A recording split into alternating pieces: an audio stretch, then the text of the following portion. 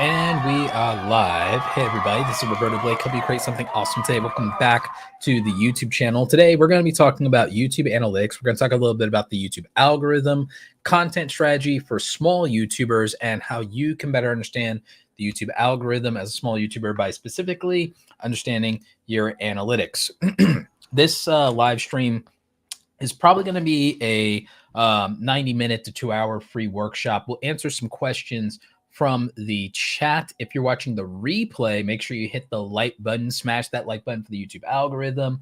I'm going to joke about that forever, by the way, in terms of a metric. But what we are aiming for is different metrics that affect, what would we call it?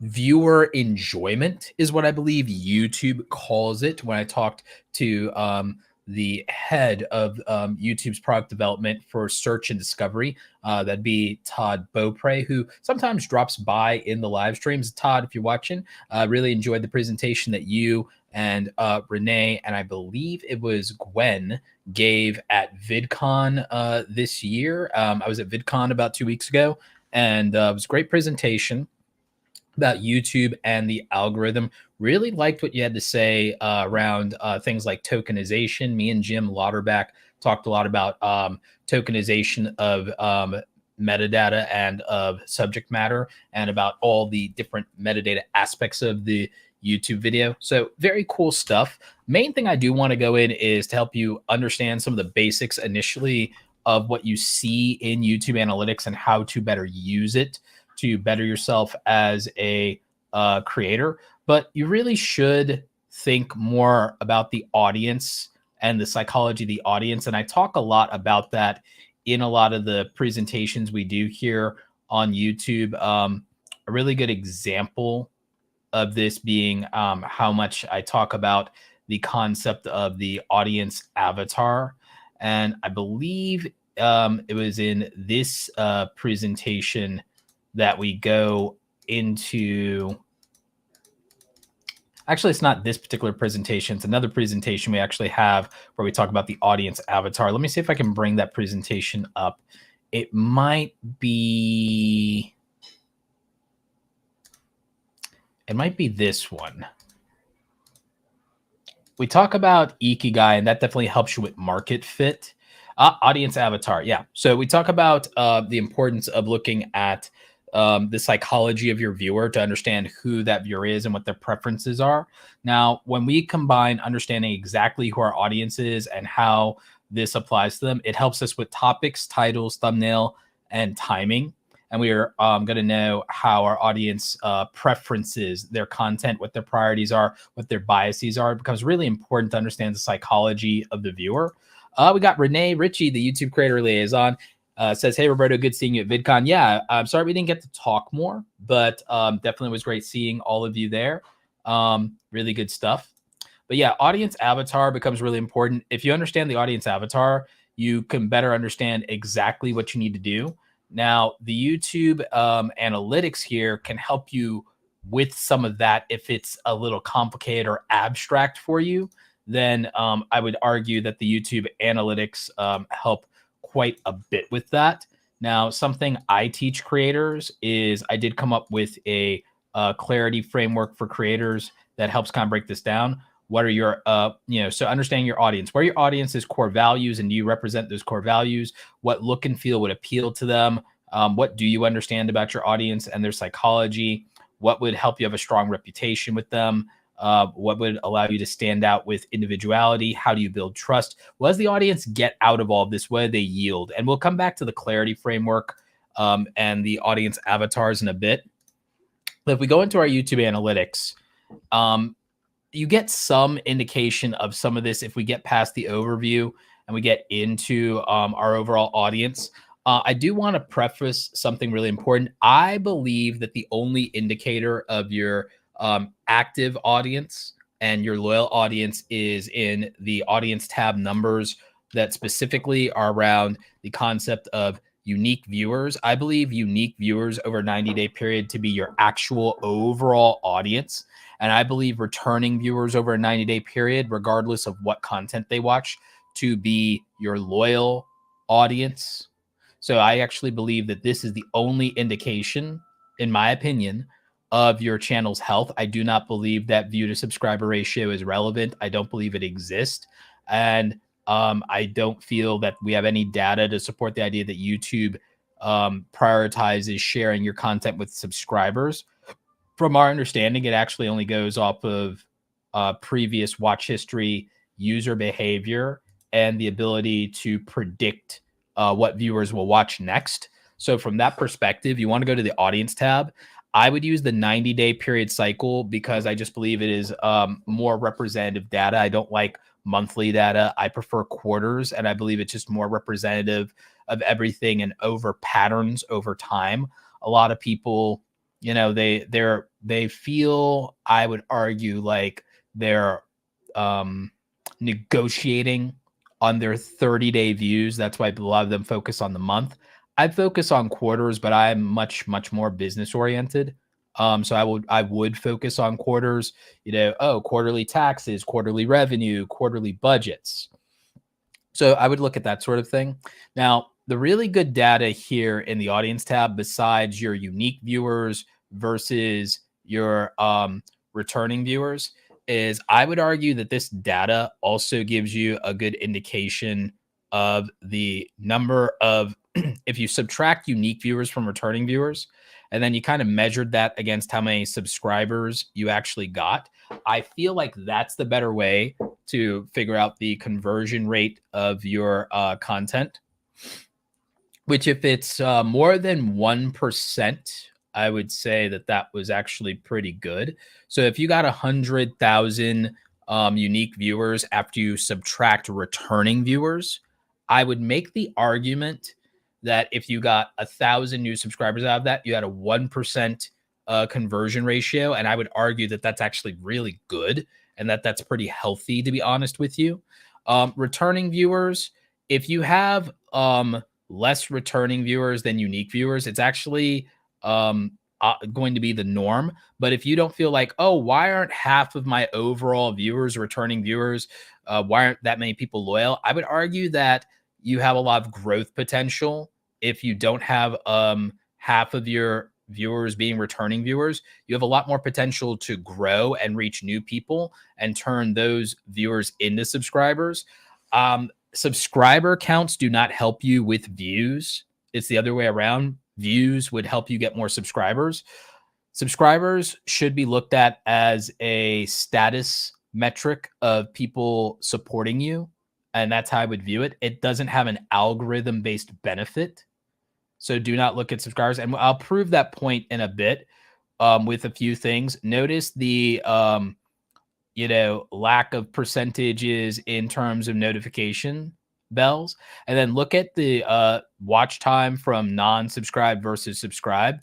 If we even go further and click into that in advanced analytics, the views are mostly from non-subscribed, and that's going to be true for most of you. If you're watching the replay, in the comment section, give me the percentage, whether it's for the month or for 90 days, whatever it is. Give me the percentage of your views that came from non-subscribers versus the percentage of your views that came from actual subscribers. My belief is that for most of you, more than 50% will be from non-subscribed in terms of your views versus less than 50% from your subscribers. Don't be bothered or depressed about that. Be very unbothered by that. That would be normal in most cases. I would argue only celebrity YouTubers get a lot of views from their subscriber base. Also, sometimes very small and very niche YouTubers could be that. Now, you'll want to look at your, your demographic data for gender and age ranges. This can help you, but you really need to know more about those viewers beyond their age and their gender and their geography. So you're going to see geography here. Obviously, I have a mostly US, mostly English-speaking audience, so that helps. But what you want to really try to figure out is what are the preferences? Like, what's the culture of your audience? What other things do they care about? For some of you, that's going to be what other channels your audience watches. So for mine, no real big surprises as to what my audience watches in terms of channels and videos. So no real big surprise that, people watch Omar Takori, El Takori, Nick Naiman. No big surprises there. What formats your audience watches out of your content, that would be important to figure out. When your viewers are actually on YouTube the most would give you a good idea of when you should post on which days of the week and what your sweet spots are in terms of your viewers being active. So you want them to be awake and you want them to be active on the platform. That should dictate when you post or when you live stream. I'm not as worried about posting time frames because people will watch views on demand. I'm much more worried about this for live streams. But if you do care about those initial views, I don't care about initial views anymore, to be honest with you.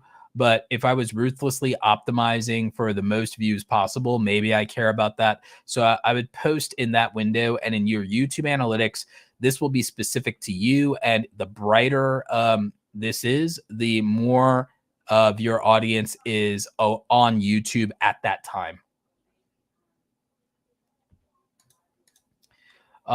C-Dub World says, does your YouTube name matter? Your YouTube name should try to be unique, but it should be easy to remember, easy to pronounce, and easy to spell. Those are basically the three rules. The three rules for naming your YouTube channel is, can people spell it, can people pronounce it, and can people remember it? And then after that, it should kind of be unique if possible.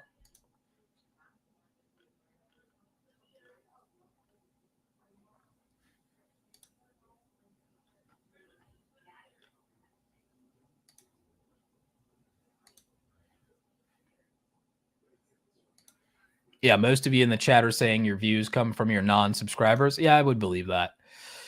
So, I mean, so these are what I would consider to be important metrics about your audience in particular. But like I said, your true audience is unique viewers, because what YouTube says is this is the estimated number of people, real human beings, that watched your content in the selected date range. So in our case, 90 days. And that's the metric that I prefer.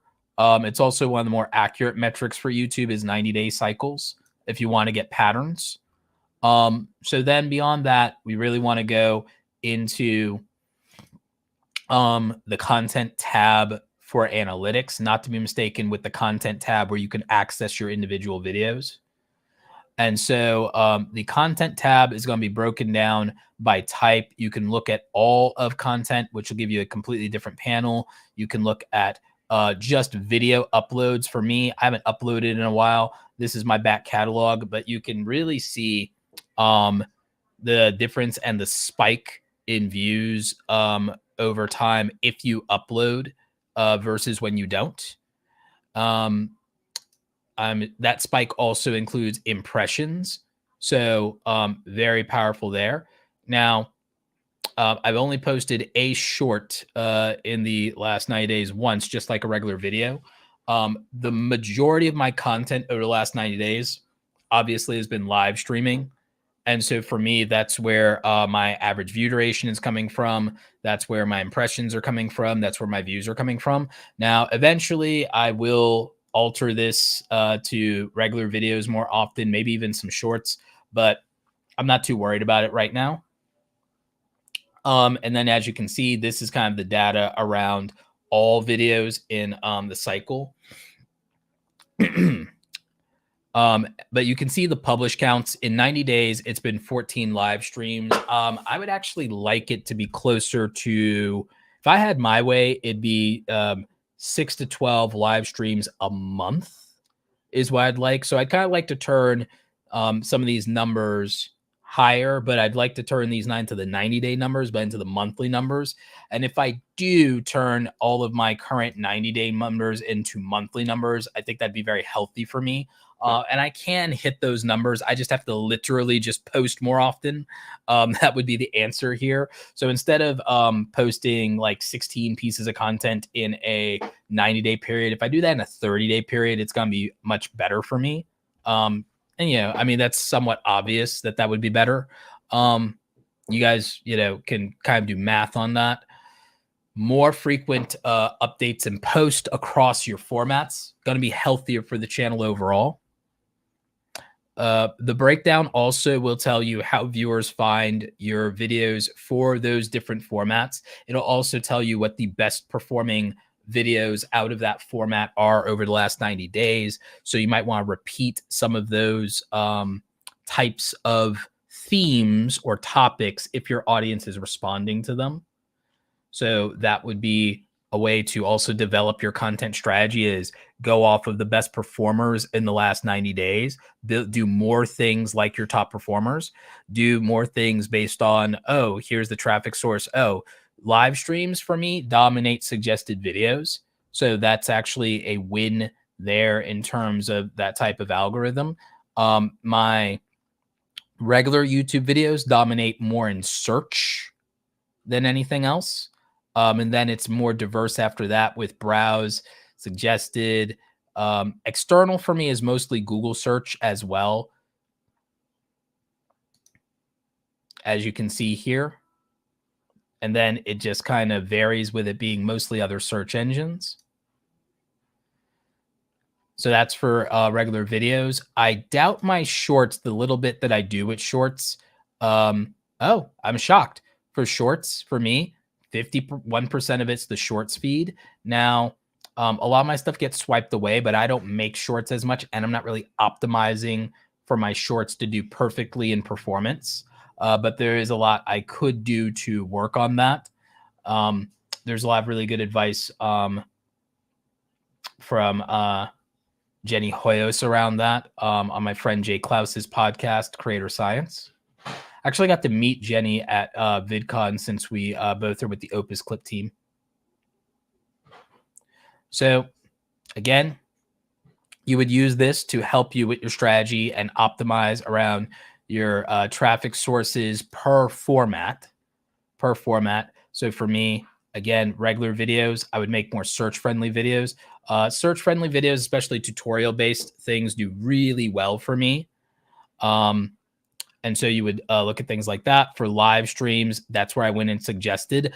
My videos aren't really optimized for the YouTube homepage because I do education content versus entertainment content. And anything that's going to compete and win on the YouTube homepage would have to have broad audience appeal. The only content I do that would have broad audience appeal would be the making money content. That would, unless I'm doing videos on making money online or passive income, that doesn't have as much broad appeal. So that wouldn't work for the YouTube homepage. The rest of it is going to be search and suggested for me.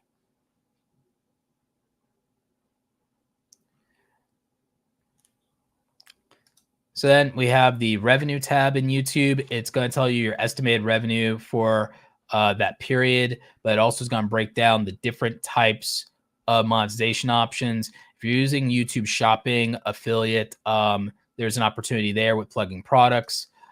There is super chats, and then you can see how many you got and then what the estimated revenue is on that.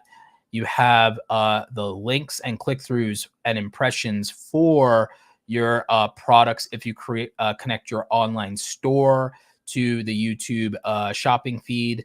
You have the shorts ads estimated revenue. It'll tell you what you're earning from there, from your shorts feed ads. You have your watch page ads, and so it'll tell you that, as well as what you earn from YouTube Premium as well. It'll tell you your earnings by type in terms of ad types. It'll tell you the CPM average for your sponsors in terms of what they pay. If you click on see more, you also could get, this has the CPM, but you could also click additionally here, and then you could get the RPM. And so you can get that. And then you can see that there are videos I have that have really high RPMs. And so you could start saying, oh, I'll make more content around what has the highest RPM if you want to do that to make more money. This also helps me understand which subcategories and niches of my content have the highest overall RPM value. With my RPMs being $20 to $30 in a lot of cases, you can see that this is part of why I don't worry about how many views I get, plus the back-end business and back-end monetization stuff that I talk about. We usually cover that on Monetization Mondays. So You can see why I don't really get hung up about my views too much. It does fine for what it is. But I, like most creators, earn a lot through my sponsorships. And then also I have my affiliate links for different software and different opportunities there. So you can see why I wouldn't worry about it as much. If we go under all will break down things like what your YouTube partner program stuff is per month. It'll break down the individual types of ways you make money with YouTube in the how you make money tab. You could also look at the individual video formats and then see what your RPM is. Like I said, for regular videos, it averages out right now while I'm not uploading as many videos to about $8 to $12 around there. The live streams have a higher RPM. Smart thing for me to do would be to just do those 3 times a week. I'm trying to get back into that habit. This will be 2 times for the week that we've gone live. We went live on Wednesday and again here on Friday. So I try to do Mod Station Monday, Workshop Wednesdays, and then FAQ Fridays where we do content strategy and analytics stuff. So see much higher RPM value, and that a lot of my money does come from the live stream replays. Even individual older live streams keep making money on the back end. So in terms of optimizing for revenue, that's better for me.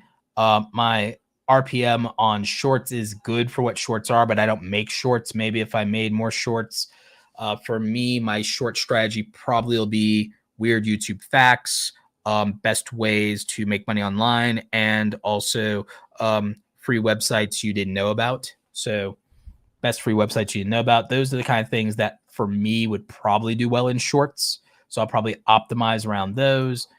We are doing well with the live stream, so we really just need to do more of them. And for regular videos, I just need to upload more search-friendly content and do it 2 to 3 times a week like I did back in the old days.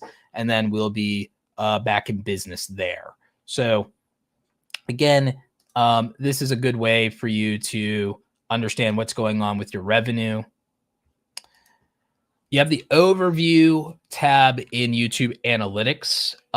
What is good about this is if you go to the real-time analytics, you can click on see more and you can see what in real time is driving traffic to your channel. And it might be older videos. You can see this video from 2022 still driving a lot of traffic in the last 48 hours. Same thing for this older video. It is not always your latest videos. And it's important for you to know that, because then you can revisit those subjects or make similar titles or make updated videos. So as you can see for me, it's not even my newest videos that pull the most traffic, but I could also obviously increase my numbers by just uploading more frequently and more consistently. So that's one of the best parts of the overview. The overview also shows you real quick at a glance the top 10 videos over the last 90 days and how much new traffic they've added over the last 90 days. So that could help inform your content decisions and titles. For me, this clearly indicates that there are things I could do, like things that have YouTube strategy in the title, full-time content creator, how to grow a successful YouTube channel, also tutorials for video editing in general. So those things would be wildly helpful. Another thing that you should look at with analytics is you should look at the individual analytics of a video, and you should understand that. And this can be incredibly helpful to a lot of you. This was a slow burn video for me, but it has almost 150,000 views right now. Really strong average percentage viewed, really interesting retention graph there. So this is what you see on the overview when you click into one of your videos. You will see also where it's getting its traffic from. In this case, for me, 84% is search. Another 6% is external, which is just a Google search for me. So that's like 90% of this is search.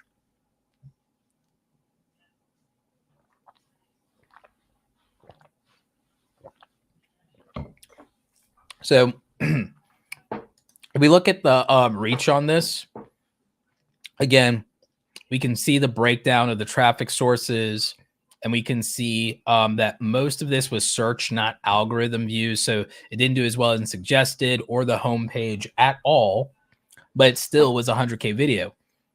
As much as people say YouTube search is dead or don't do it, mostly this is people who want to go viral. If you want to go viral, YouTube search won't help you go viral.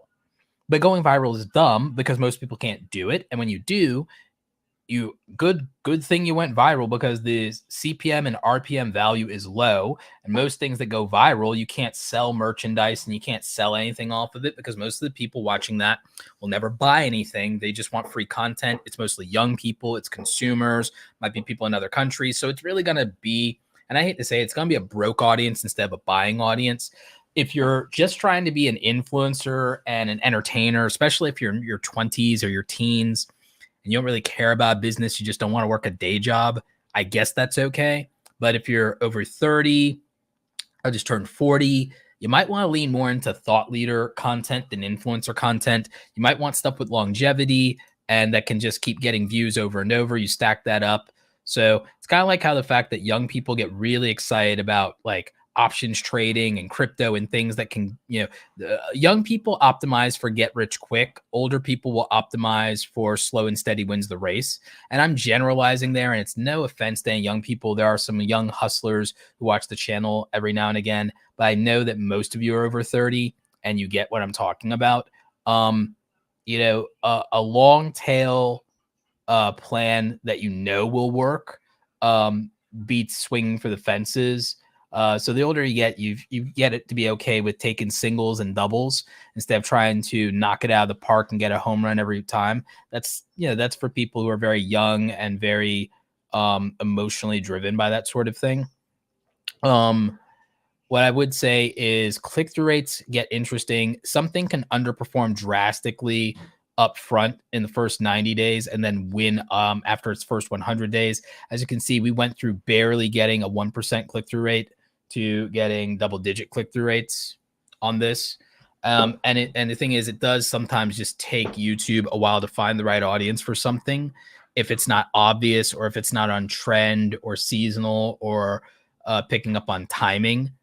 So again, slow and steady does win the race here.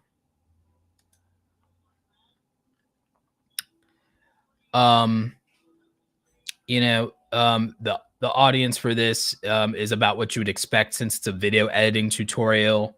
So that worked out. I would say a lot of our dips in our overall watch time came from the parts of this where it was the non-English speaking audience that was trying to follow along.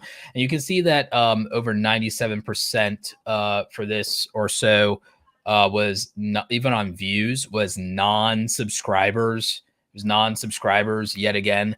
So like I would say, YouTubers overvalue what subscribers do for the channel as a whole.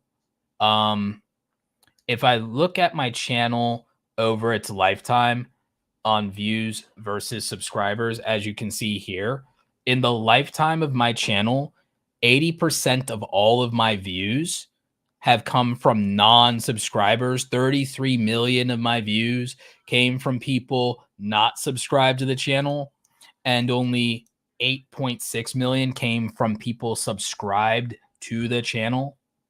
So in that way, you can kind of see that, subscribers do not really determine views, at least not unless you're a famous entertainer. If you're a famous YouTuber, you're a personality type, I could see where that might be somewhat different, but I would argue that most of those people grow because people who don't know who they are finding their videos and enjoying their videos. So just running this by the numbers, even for the lifetime across my entire channel of 42 million views, the fact that 80% of it is from non-subscribers just kind of tells you that, again, you should not look at subscribers to impact how many views you should expect to get. Subscribers has no influence over how many views your videos are going to get, because 50 to 80% of all of your views will be from people who are not subscribed to you. And this is a good thing because it means YouTube is going out and is finding an audience that matches your content. So just be aware of that.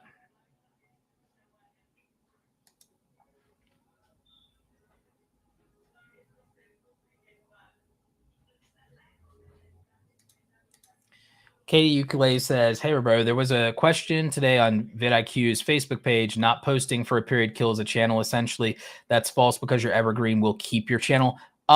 It's not entirely false, and I'll show you lifetime views of my channel again to make a point here. Not uploading does hurt your channel, and I have a lot of evidence for that, not just on my channel, but on channels I've coached. Evergreen can help you, but nothing helps you as much as just posting content, to be honest. Nothing will help you as much as just posting content.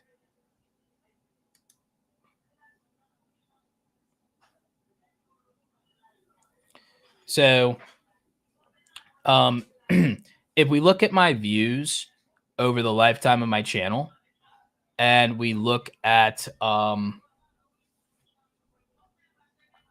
if we look at the views over the lifetime of my channel, maybe this will make more sense even from a yearly perspective.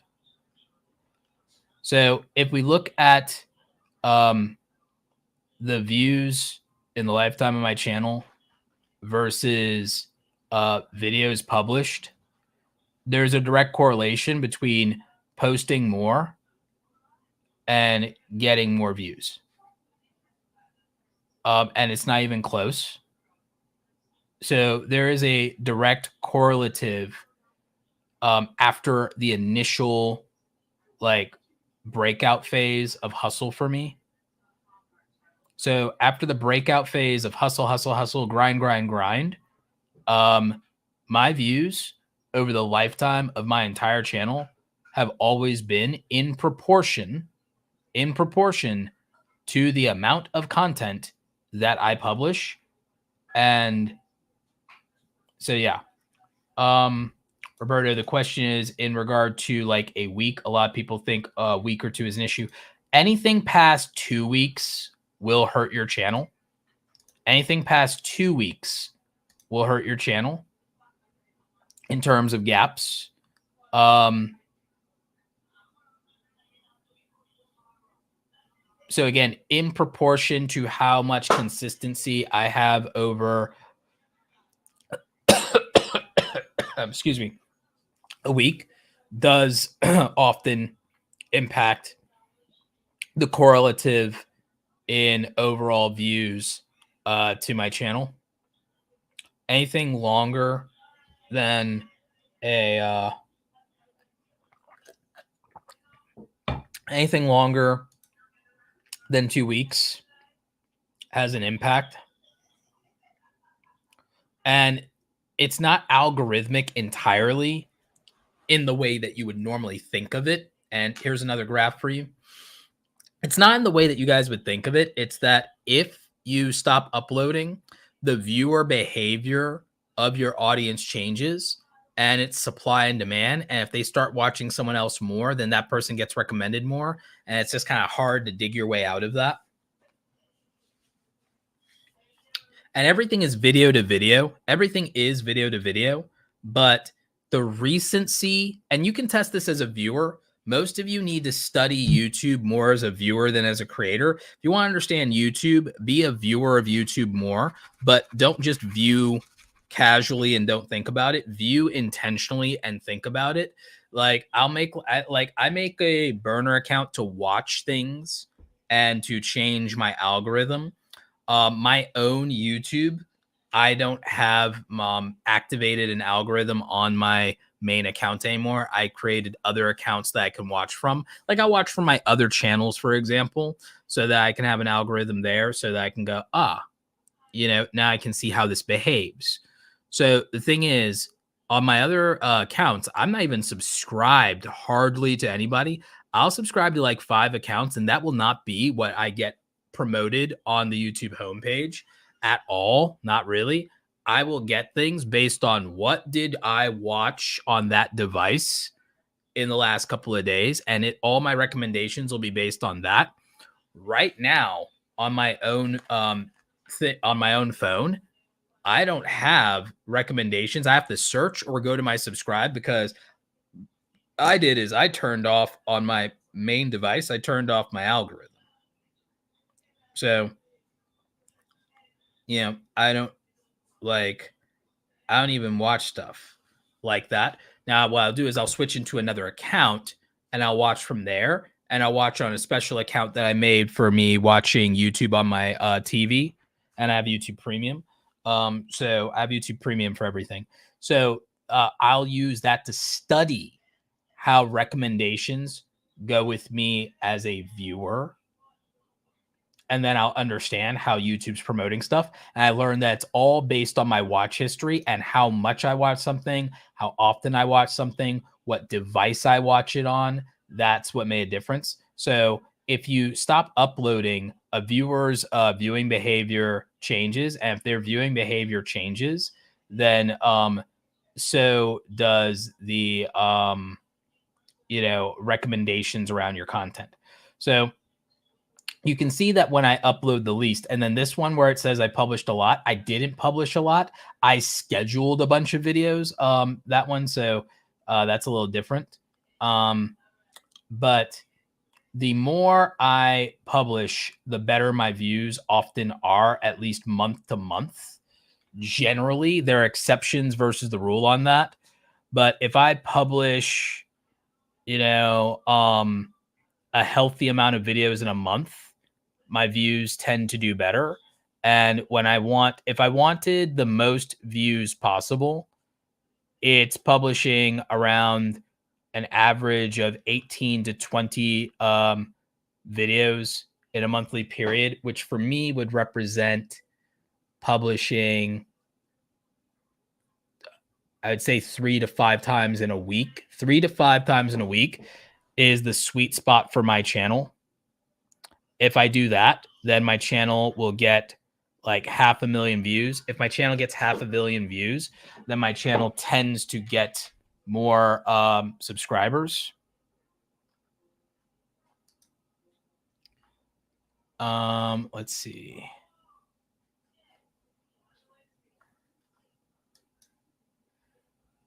But let me add that metric.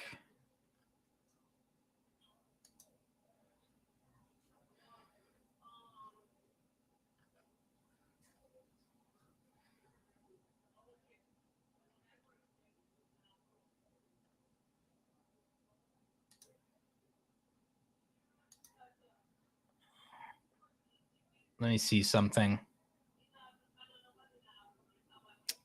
I'm going to try and give you a specific data set.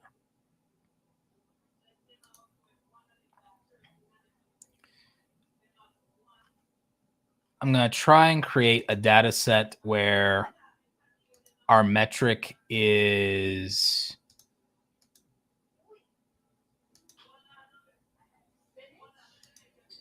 all right. We're going to use a date metric, and we're going to use subscribers gained by date.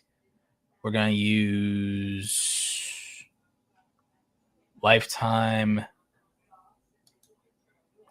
We'll go to yearly, and then we're going to try to see if we can use videos added. This sometimes is going to glitch. Like in 2018, that's not true for 2018 for the number of videos added, because the reason that one's not true is there's a glitch in YouTube where it unpublished all of my videos and then republished them in 2018. So if we correlate these metrics, you're going to see it here. We'll add subscribers by date. Okay. So, and then we'll use total dates. All right. So if we go in order and we don't worry about like this thing with 2018, because the glitch I talked about, we're just going to assume I uploaded like 200 videos or something. If we go by date, my ability to grow subscribers has always been in proportion to how many videos I publish in a given time. The more videos I publish, the more subscribers I get, the more views I get. It's just this virtuous cycle that is very predictable for my channel. It is what it is. It really is, at least for my channel, how my channel operates, and many channels like mine that do any type of education-based evergreen content. We are quantity over quality, and it will work. And improving our quality will not give us better results than just publishing more. There are niches like that. There are niches that compound by volume and value instead of quality over quantity. And that's just how it is. I would argue that 80% of YouTube niches benefit from quantity if your quantity is the value of, hey, this is the exact thing my viewers care about, and then I'm going to publish the exact thing my viewers care about as much as possible. And as long as the quality is not bad, it does not have to be exceptional at every single firing on all cylinders levels. The majority of YouTube, because you shouldn't be aiming for, oh, I want to be a 10 million subscriber YouTube channel. That's an outlier thing that happens for almost nobody. Like, so you would want to optimize more realistically around like 100K to 1 million if you're trying to be a professional full-time YouTuber. So the way you would optimize is you'd find an acceptable threshold of quality, meaning take yes for an answer, then make more of what people said yes to more frequently, more consistently. Let that incrementally improve and get better and better and better over time and compound, and you'll be better off. Great example of this. Shout out to the lead attorney. What's up, Jamie? Another fellow Atlanta creator, ATL creators. So yeah, lead attorney says, salute Roberto. Excellent information. Thank you, man. Appreciate that. But yeah, anyone can use this data set for their channel to look at. Go to like basically you'd go with subscribers by date, then you would add in videos added, and then obviously you want views to be in there, and then you can kind of see, okay, how does quality versus quantity affect your channel in terms of publishing frequency? And you can break this down by year, month, or week. But I would, for whatever date range you want, I use lifetime date range. But for me, I know for a fact that if I want to optimize my channel to be the best it can be, my sweet spot would be 2 to 3 videos a week to get the maximum results. And if it's about, if it was about 3 videos a week or more, I could get 100,000 subscribers that way. That's just always historically been the case for me. Like I said, this 1,500 in 2018, it's a glitch. YouTube unpublished and then republished all my videos. It was a glitch. But yeah, the sweet spot for me is like 150 to 200 videos. If I wanted to get to 100,000 subscribers, it has to be about 150 to 200 videos. So that means publishing 3 to 4 times a week is what does it for my channel. I haven't done that in a long time, as you can see, but the numbers don't lie. If I just triple the number of uploads, then the numbers will also triple alongside that. And that's what will produce the results. Now, from a revenue standpoint, if I did that, then it just moves the channel to 100K in YouTube partner revenue. Instead of getting that from just sponsors and affiliate and the back end, I could get from AdSense. I just have to publish that often. The RPMs are solid, so I look at that, and we've seen that in the data. So again, you can use this to read your own YouTube data and better understand these things. Now, another thing I do like to look at sometimes is there's a metric here for device type. This is interesting. And I like to use kind of like a bar chart for this. And so what's interesting is I do feel like connected television usage is growing. But for me, it's ironically most people on their computers and mobile phones, but computers for me is beating mobile phones by a lot. It's actually really interesting. And so you have that. And then the fact that TVs are rivaling tablets is also interesting to me.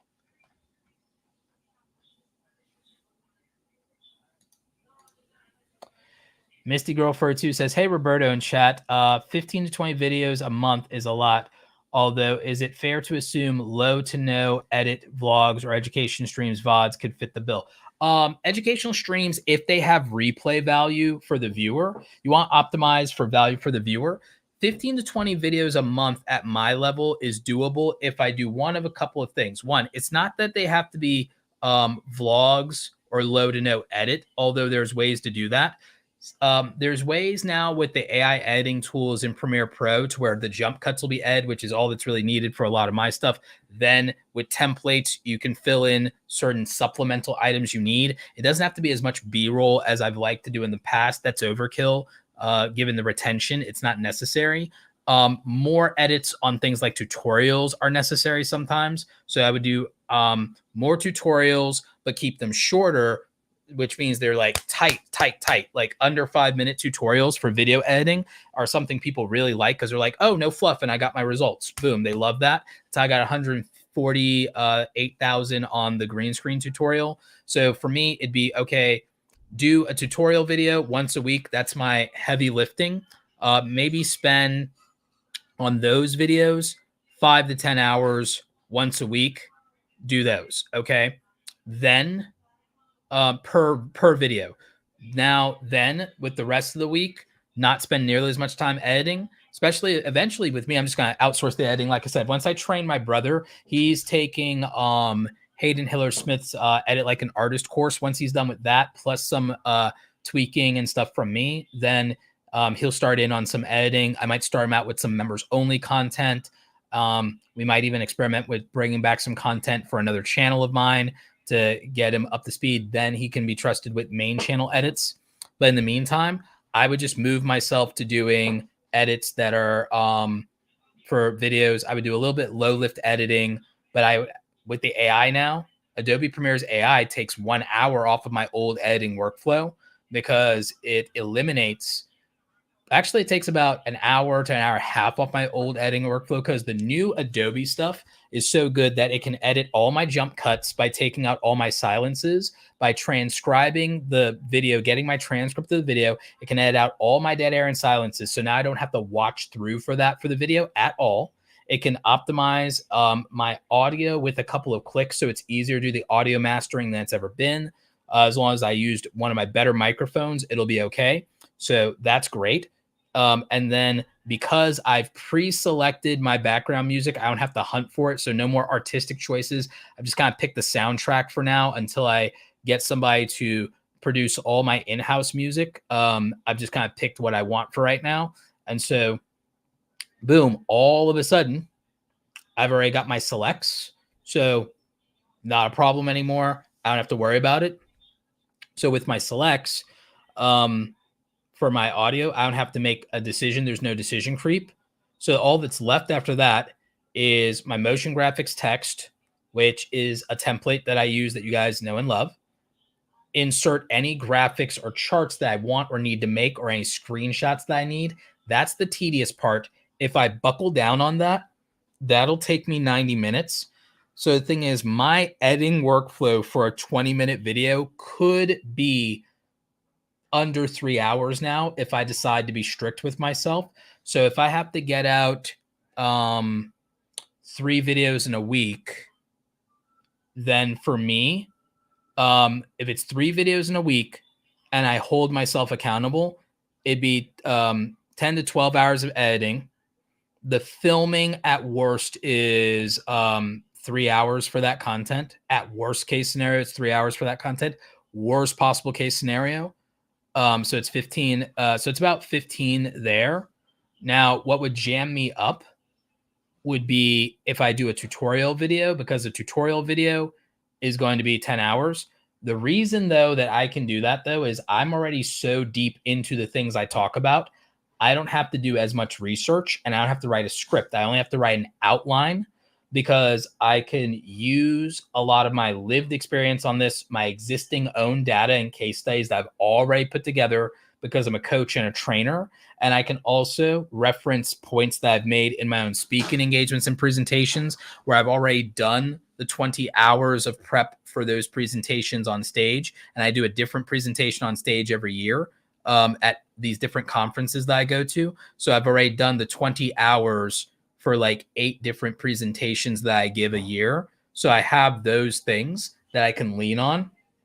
And I have all the content I did for my coaching clients and training. So I have all that research. So since research is built into the other part of my business that I do each and every week, for me, it eliminates what would be YouTube content research, because for me, I already have an overlap in my business. So I'm very fortunate that it works out that way. So then the thing that would take up my time, of course, is doing 2-hour live streams 2 to 3 times a week. But if you put that together, I'm still in a decent range of this only taking maybe 20 to 25 hours a week to pull off. And that's before I get rid of and outsource the editing. If I outsource the editing, I get 20 hours or more back and could have someone spend more than 20 hours on it. So that's how I would get around this problem specifically.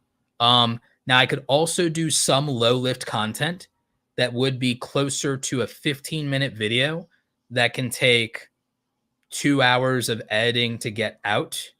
Or less, to be honest with you.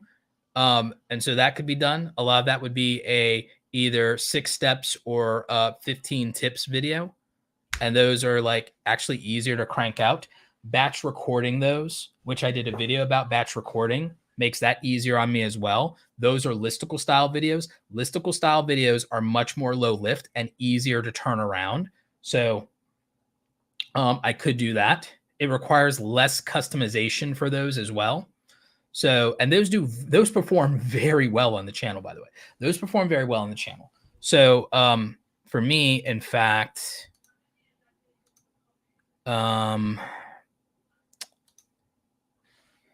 I should make a group for the 15 tips videos.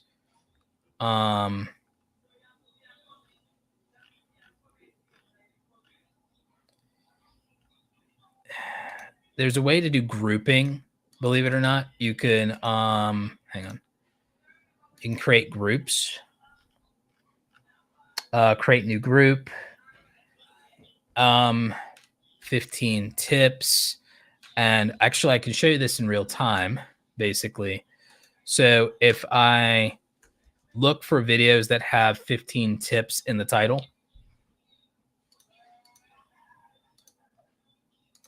I can group these videos.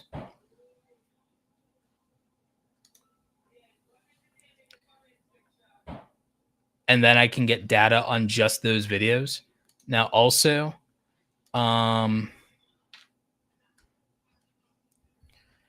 there are videos, let's see.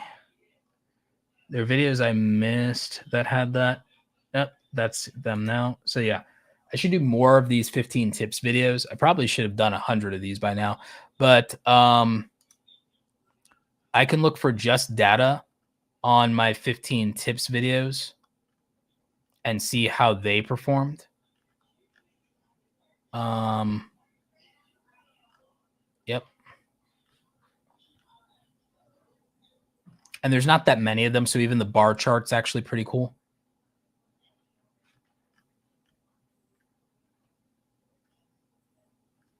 So that's pretty dope. And then I can even probably subscribers gained. So yeah, I can even see the subscribers gained off of those. I really should make more 15 tips videos. They do really well for the channel. Yeah.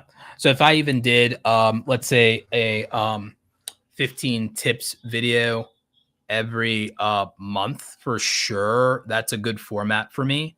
And so I can see that based on the data.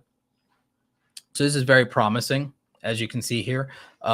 Like a lot of these get close to 1,000 subscribers off of those videos. They do really well on views. They convert a lot more subscribers than I would think for the views that they get. So that's extremely promising. So yeah, doing a 15 tips video 1 to 2 times a month in an entire year would get me another potentially, like if this is any indication, this is 6 of these.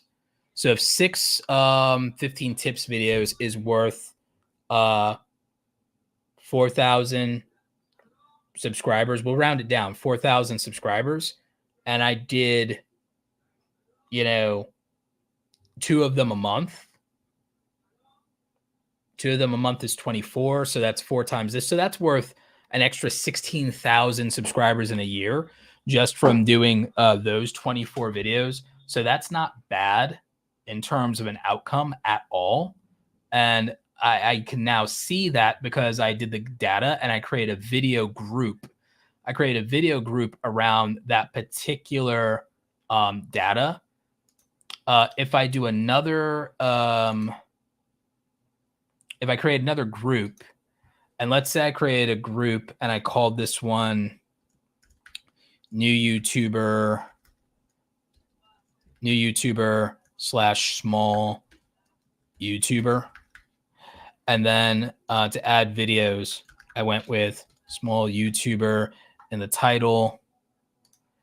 And let's say I just added a bunch of the videos that use small YouTuber.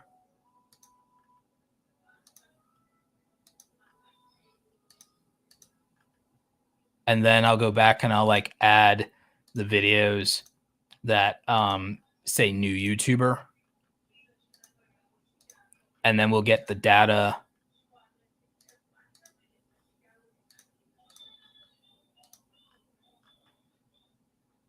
So I got those. That's 29 of those. And then we'll try new YouTuber in the filter. So we'll edit. We'll say new YouTuber. So we'll add those. I think between using both of these terms, that'll get me probably to 50 or so video.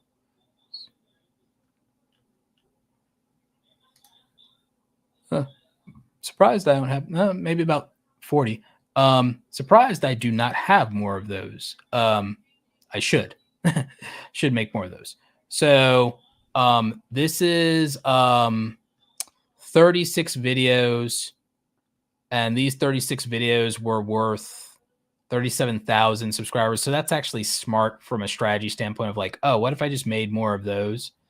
And we could filter and eliminate for anything that didn't yield a bunch of subscribers. Honestly, we could like filter for anything that didn't get at least, let's say 200 subscribers. And then that is, gets us to a really healthy place of optimizing around these videos. You could even optimize around the ones that did the best and had like gained over 300, 500, because those be more worth it. And then we could, well, unless they did views but didn't get subscribers, which some of them did. But that was a rarity. But, we could optimize around this or optimize around the top results around this, filter for that. And then we could probably round this out to saying, okay, we found 20 or so video ideas that are worth about 30,000 subscribers. So we'll optimize and make 30 of our videos out of the 150 for a year around only these topics, because that will give us theoretically these subscribers, at least at some point. We can just keep optimizing and min-maxing all of this around the data that we can collect. And then that would tell us what to make.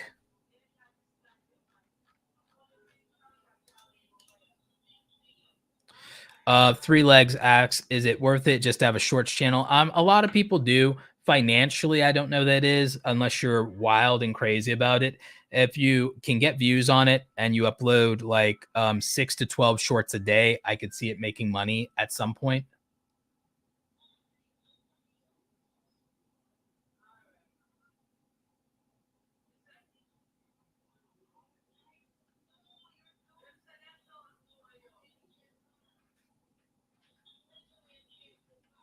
Yeah, everything also to some degree is based on your niche.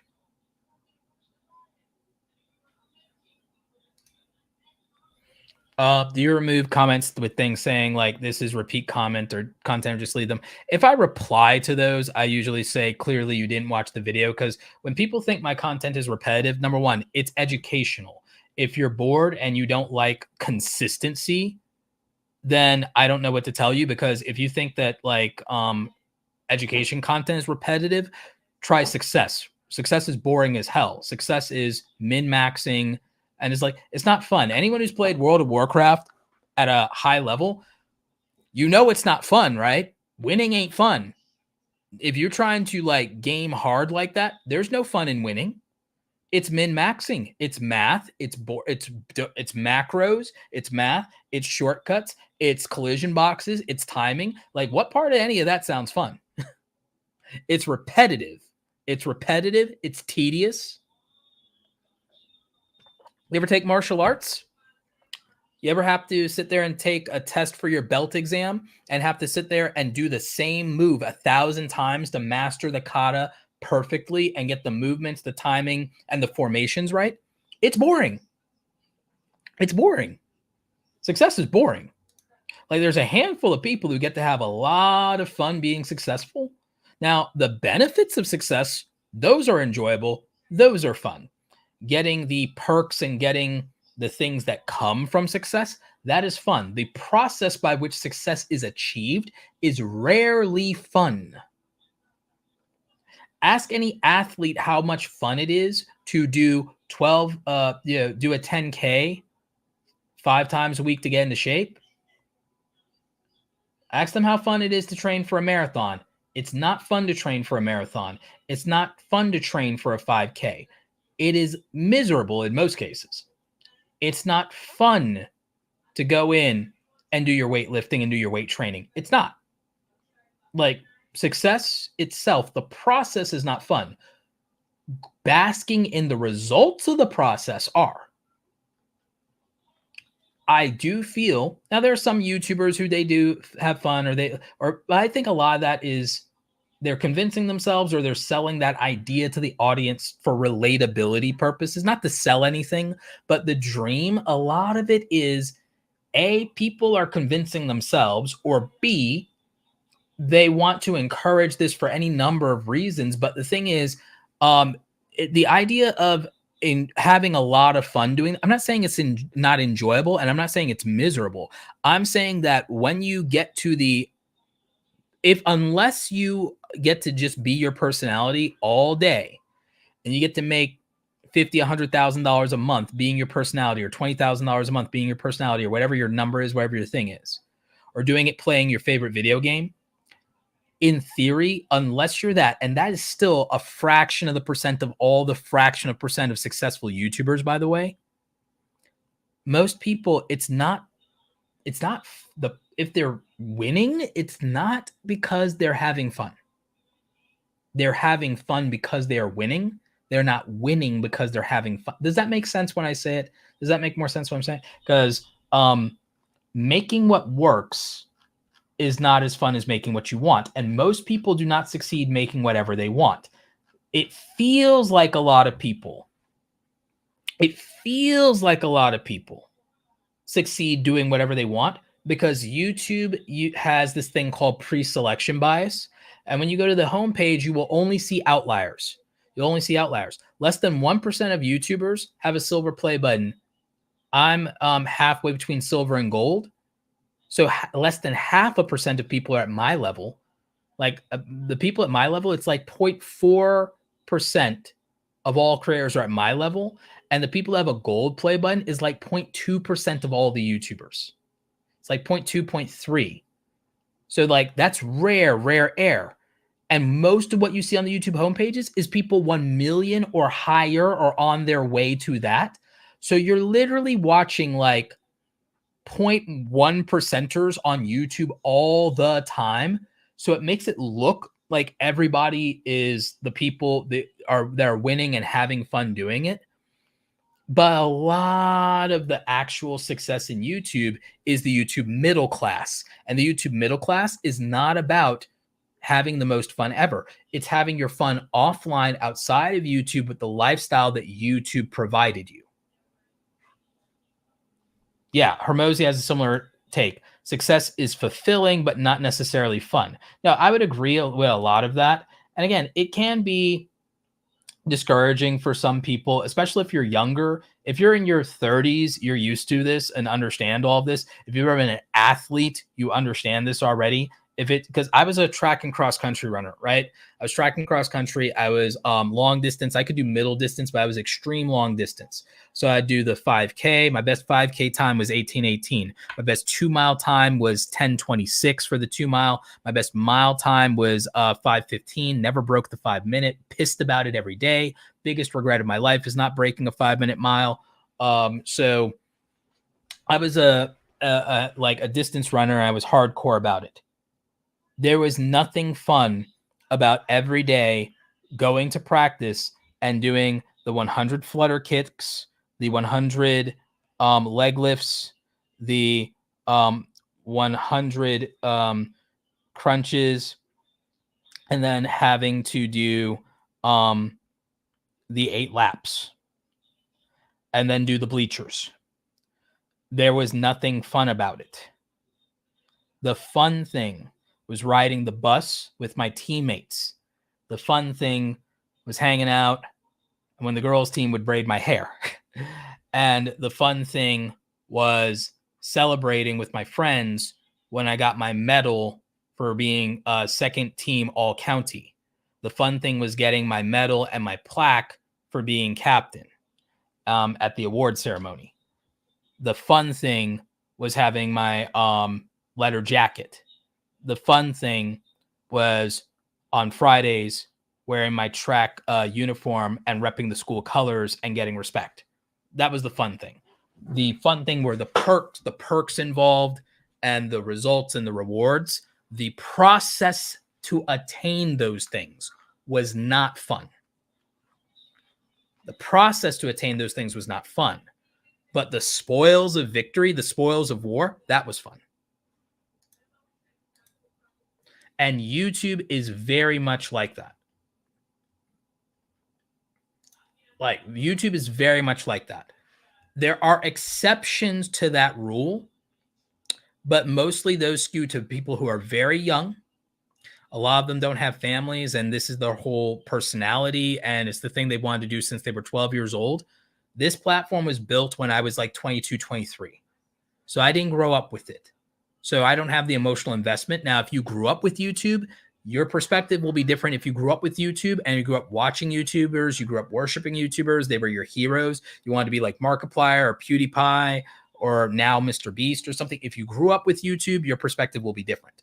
I was already 22 and a grown adult with bills when YouTube came out, and YouTube was not what it is today at that point in time.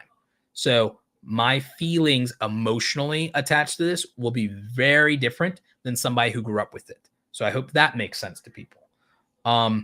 There's just a cultural difference when it comes to that sort of thing. Now, being motivated, I feel, is about wanting the results and the outcome in terms of motivation and being willing to endure the process to get there. Primary example, I want to lose all of my COVID weight. So since I want to lose all of my COVID weight, I've been doing this very painful process of trying to get in 10,000 to 12,000 steps every day. I can tell you, it's not been that fun, but I optimize it to not be brutal by doing the following. For me, I put on the educational content that I'm going to listen to. So I'll put on a podcast, I'll put on an audiobook, I'll put on Hermosi, I'll put on Goggins, I'll put on something. And it'll be something that benefits me intellectually that I was going to spend time on anyway, or was helping me with research. So I'll put that on and I'll go for a walk for 30 minutes at a time. 30 minutes for me ends up being about roughly 3,600 steps. I do this process 3 times in between deep work sessions where I've already sat at my desk and I've worked for 90 minutes to 2 hours. So I've done a coaching call, I've done a stream like this, or I know that I'm going to do a stream like this or something like that. So I'll go and I'll take my 30 minutes. get my sunlight, fresh air, vitamin D, optimize, and then I'll do that.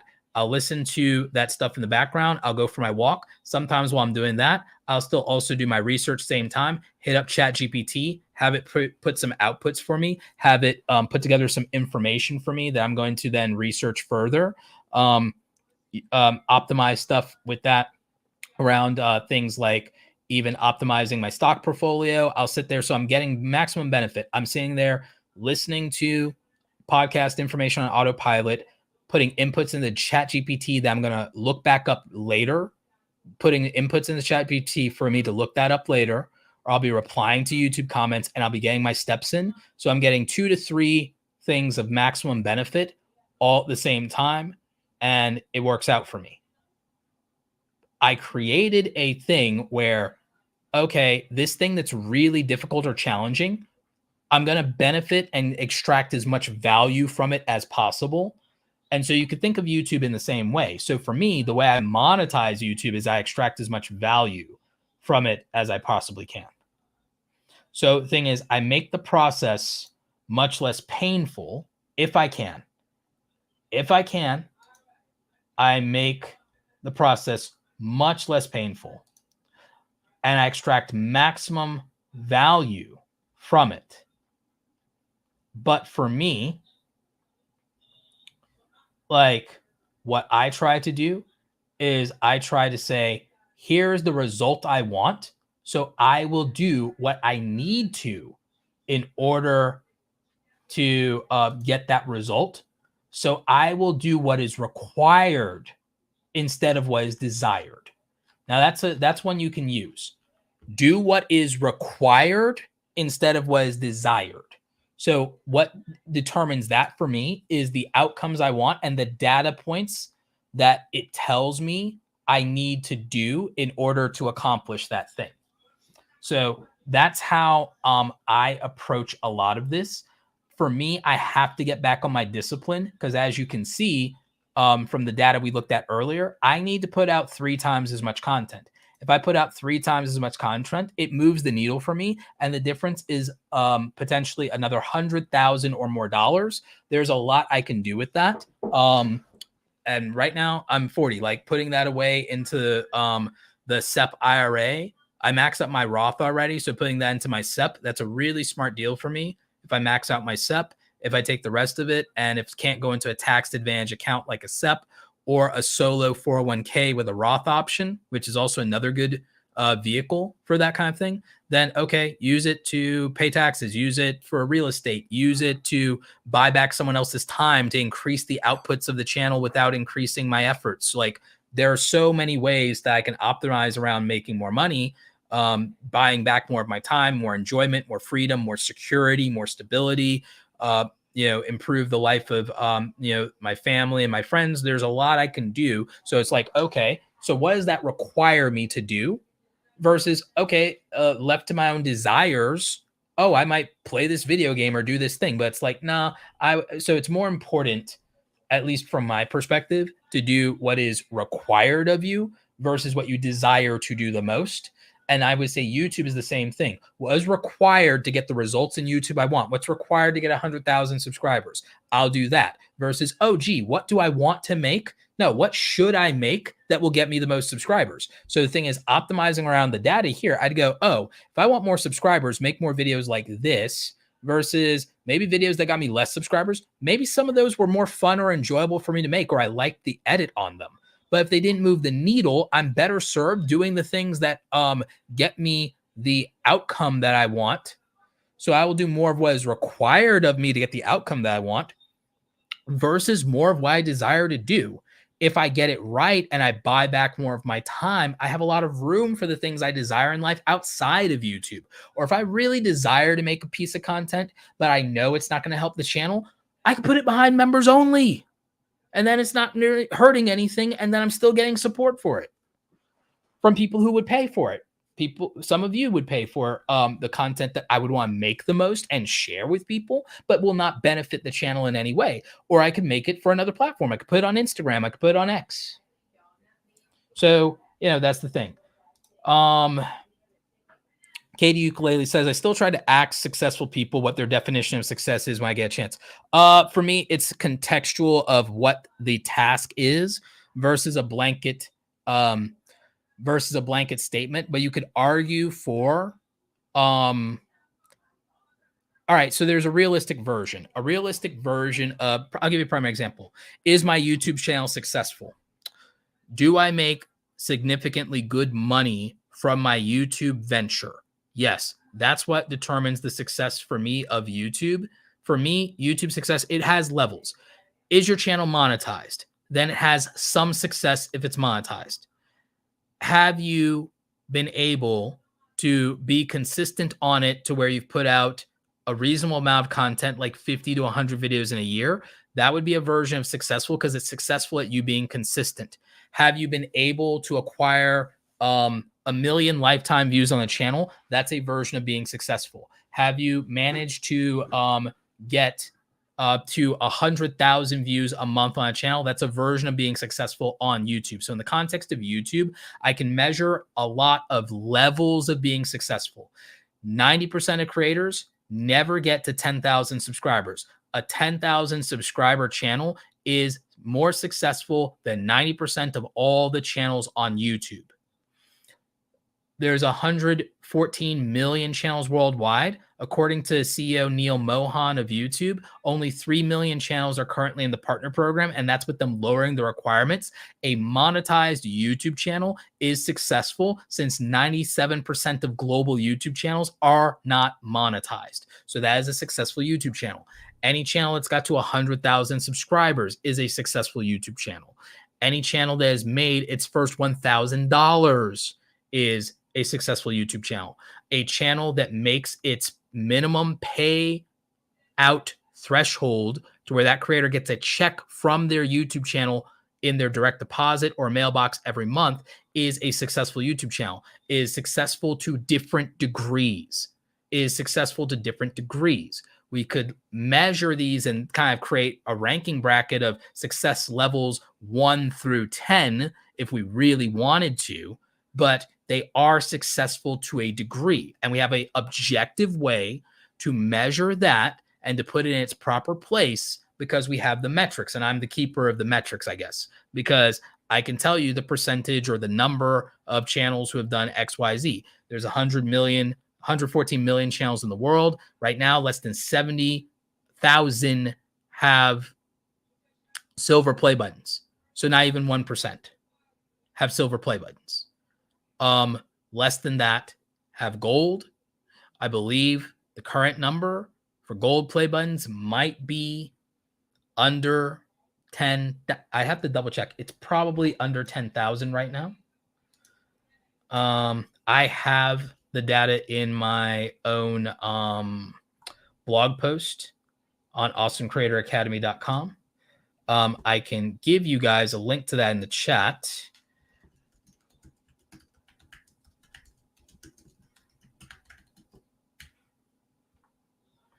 Whoops, I did that wrong. How many channels have 10 million subscribers? I'm the #1 Google search for this, by the way. How many channels have 10 million subscribers? So right now, there are roughly 1,800 channels, less than 2,000 channels in the world with 10 million subscribers. Number of channels with 1 million subscribers is currently going to be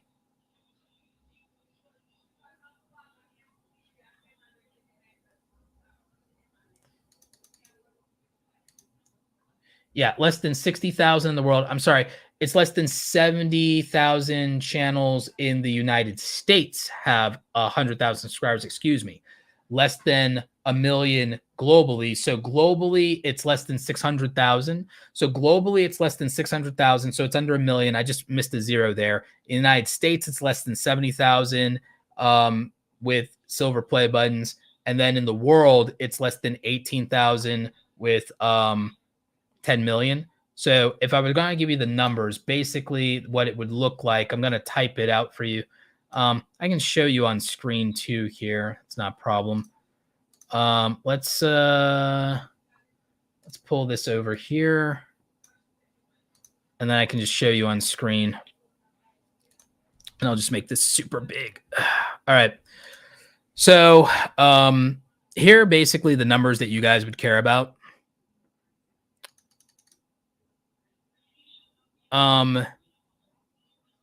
Basically less than 700,000 have gold play buttons.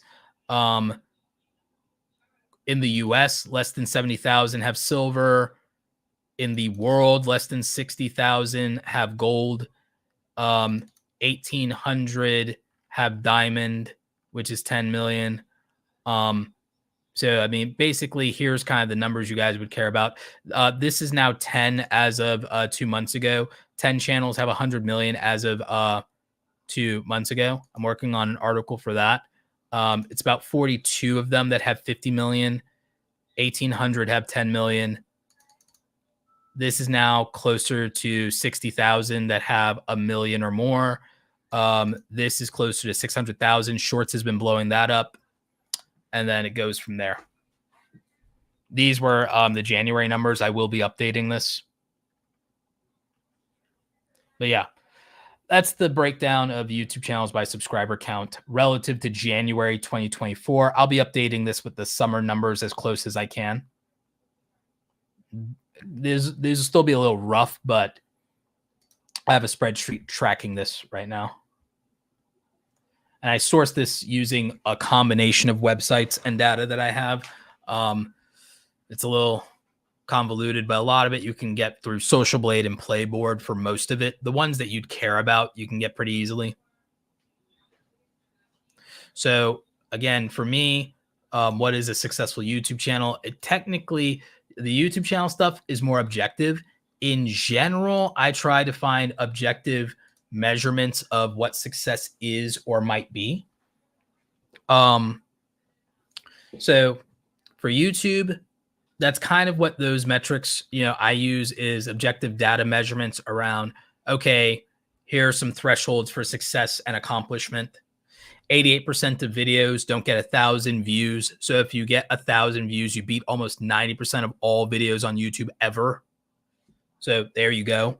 I use things like that, so I don't sweat it. Oh, less than 1% of videos get 100,000 views. Oh, say less. So don't worry about it. That kind of thing. One of the things that I look at, if we look at a different version of success, is we say, okay, what about success in your career? Does your career provide fulfillment and a good living? Okay, then it's successful. Do you perform at a level of above average competency? You're successful. Do you have any awards, accolades, or accomplishments in your career that show that you perform and achieve in a satisfactory way? Then you are successful in your career. Does it provide a comfortable lifestyle as well as a decent living? Then your career is successful. The performance metrics of others that measure your success, your superiors, your peers, your industry, do they have good things to say about you? Then you're probably successful. Financial success. Objective measurements. Good credit score? Cool. You get good credit? Good. Financial success. You have an emergency fund? Good. Average American can't handle $500 emergency, $1,000 emergency. You have that in disposable cash on hand, whether it's in your bank account or physical cash on hand, successful. Okay, objective measurement. 66% of Americans don't have that. You pay your bills on time? All right. There's a level of financial success in that. You make above the median income in America, there's success in that. That's a good success metric. You make above the median income in your area, there's success in that. Oh, the top 20% of income earners in your area, there's success in that. You could pat yourself on the back and go, oh, if you make over 38K, you're 1% in the entire world of income, but that's, just based on, but that's not commensurate to the reality of other places abroad. But you could pat yourself on the back for that and say, okay, that's a measure of success. And then you could just extrapolate gratitude from that one.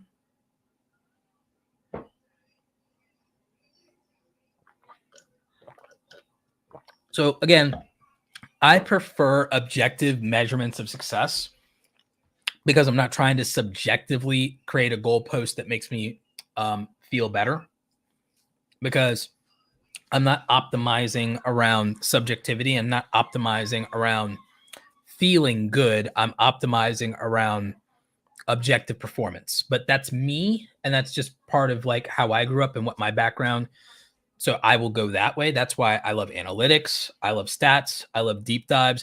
But I put the numbers into perspective, and I don't measure it off of outliers. I found out what's the reality, and then I put myself in the proper tier for what the reality is. Meaning, like measuring yourself against the biggest YouTubers, when I show you the percentages and the numbers breaks downs, if you're measuring yourself against people who have 1 million subscribers, you might as well measure yourself against billionaires for all the good it'll do you. So I don't use, oh, well, Eric's doing this, Tom Scott's doing this, da, da, da. And also, I don't worry about someone who's in a category that I'm not. I might as well compare my success to a neurosurgeon at that point. It'd be irrelevant. You should only really kind of look at your niche neighbor. So it's like I look at my niche neighbors. It's like, okay, out of my niche neighbors, am I in the top 20 for, or in my case, even the top 10 in my niche neighbors in terms of subscriber count? Yes. Okay, cool. And with my niche neighbors, are we being invited to speak at the same events and such? Yes. Are we getting onto a lot of the same podcasts? Yes. How are my book reviews doing compared to the people in my niche, in my category? Good. How is that doing? So like, I would not sit there just because I'm on YouTube and compare myself to every YouTuber. I would only compare myself to my niche neighbors.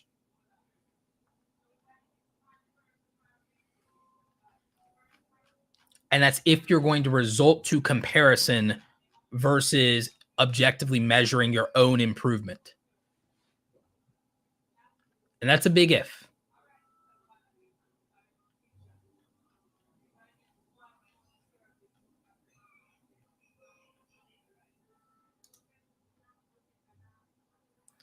Right. And I also don't, again, like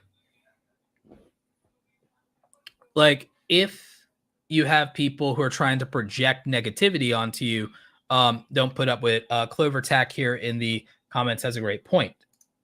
Oh, hey, Stephanie. I see you.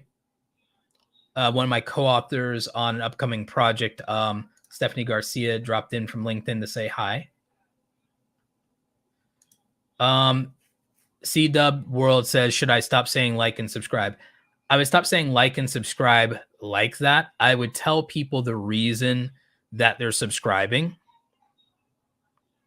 So something like, hey, this content benefits you in this way. If you're enjoying it and you'd like to see more, make sure that you're hitting the subscribe button and notifications. Don't miss any updates.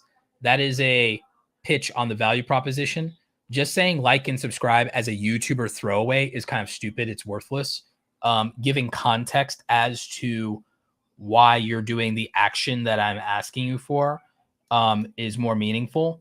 It's also more meaningful to sometimes have something like a question of the day, because then there's a reason to engage. Endless Route says, do you recommend any AI editing software that helps create shorts with the footage I've already made? Yes, OpusClip. They're my sponsor, and they're linked in the description down below.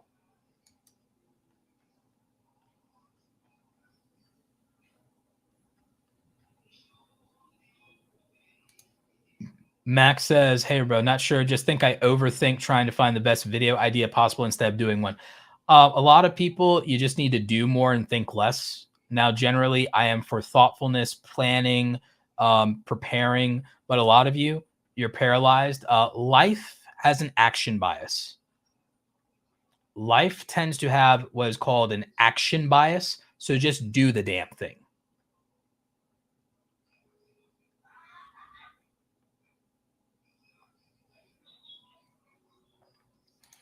Max X, what is your advice for someone that did constant video for 1 year, hit 2K subs. That's not bad. But now not sure where to go, not doing videos, searching ideas, starting scripts, and never record. The answer, Max, is to hold yourself accountable, because if you're wanting this to be more that, Max, if this is a hobby, it can be dictated by your feelings, emotions, whether you're motivated or not. And this is not just for Max, this is for all of you.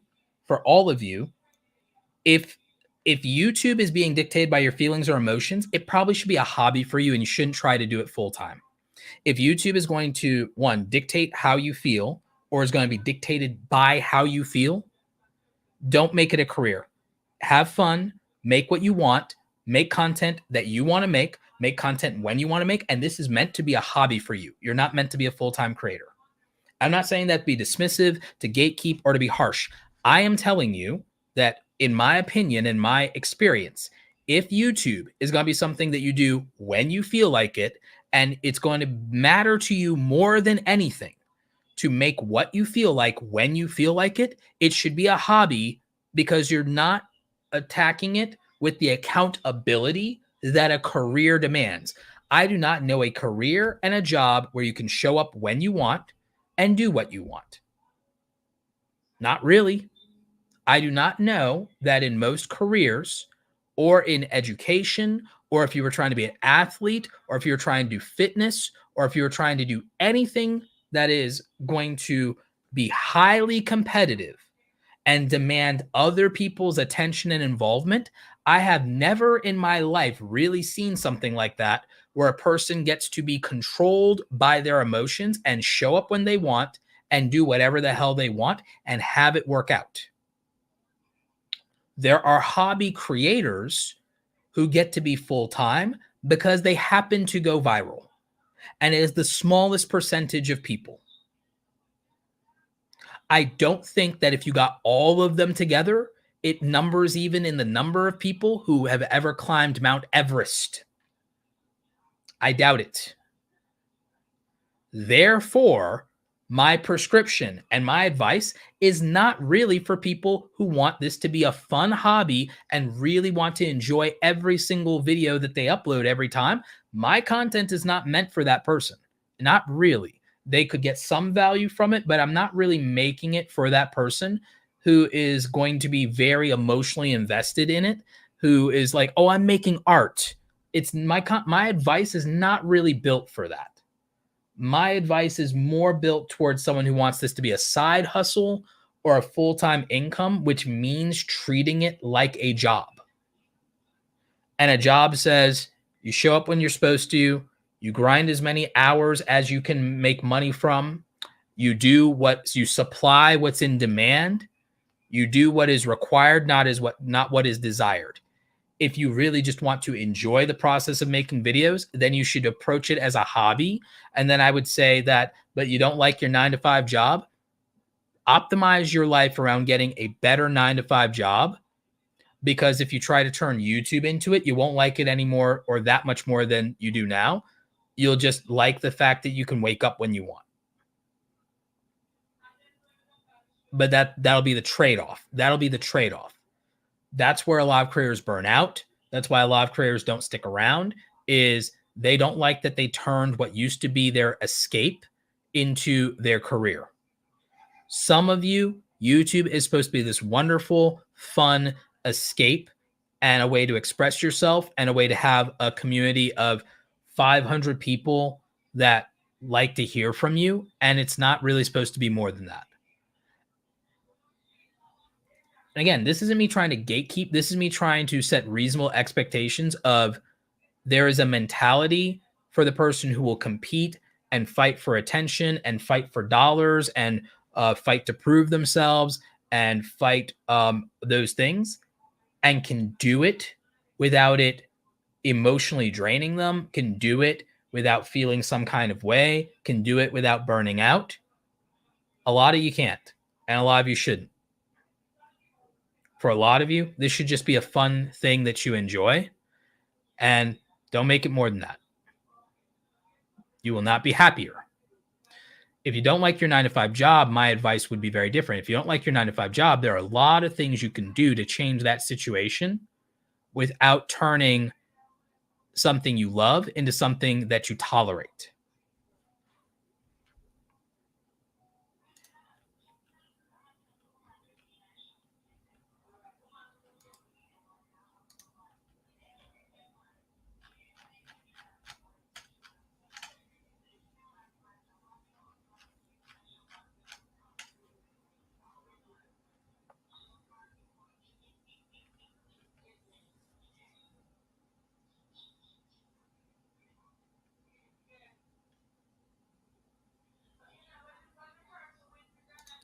Do I think e-begging should be banned on YouTube? I don't really care. I don't really care. I don't watch people who do it, so I don't really give a damn. I don't care. I don't really worry too much about what other people are doing. People can do what they want. I don't have to give it attention or energy at all. I like being unbothered. There's a lot of things I would probably ban before I worry about e-begging. It doesn't really bother me. There's so many more things I can ban and want to ban. I'd ban all political ads from all social media, and no politician can ever run ads on any social media platform. I'd ban it from X. I'd ban it from YouTube. I'd ban it from podcast. I'd ban it from Facebook and Instagram and Meta. I would just not let any politicians, no PACs, no dark money ever touch social media, and we could be done with them. If people want to make organic content and commentary around politics, fine. Fun fact for y'all, I literally banned all political ads from my YouTube channel as far back as I think 2010. So I think they're like since that was too early, not 2010, sorry, 2012 or so, 2012, 2014, somewhere super early when I figured out how to do it. Because I've been on AdSense longer than I've had a YouTube channel, because I had blogs, I had Google Blogs. So I blocked it from my website. And then when my AdSense account got tied to my YouTube channel, I blocked it from there too. So I think it may be, as far as if I'm being honest, I think it was 2014. Since 2014, absolutely since 2016, but since 2014, I've made it to where no political ads can even show up on my YouTube channel. Now you can do that if you log into your AdSense account, and you can then personally manage it and do it that way. But yeah, if I had my way, I don't care about e-begging. I'd ban all political ads from all social media, and then we'd have peace. Yeah. So, I mean, that's something I'd probably do before I do anything.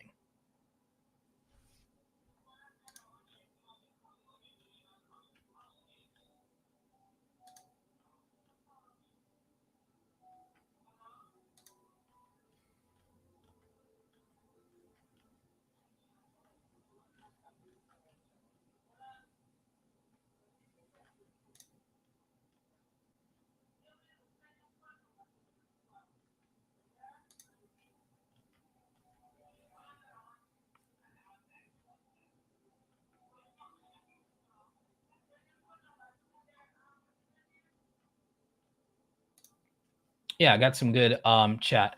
A lot of you, it is analysis paralysis. That's why I like the idea of schedules. Even for me, by the way, remember, scheduling live streams means I made a promise to you guys, which then holds me accountable. Now, here's the thing. I think most creators should start selling more. And I don't think creators should try to live off of their AdSense. I'm in the minority of people who probably think that way outside of just regular creators. But I really think more creators should own the business that they're in instead of being digital sharecroppers, which is why I don't think relying on AdSense is a great idea. I get so much pushback on this from people, but I think relying on AdSense and not diversifying and having as many income streams as possible is a losing proposition that makes you beholder to corporations, platforms, and advertisers. And I think you should have more control than that.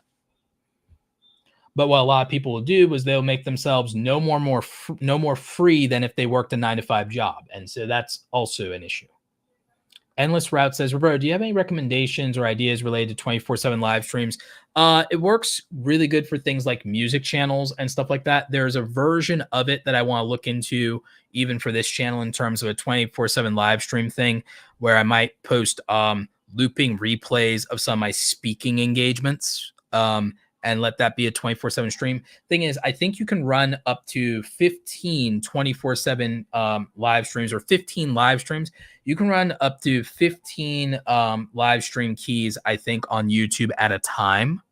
So running a couple of those for a music channel or a nursery rhyme channel could be really, really good. And if it's monetized, oh, you're going to make so much money. So, yeah.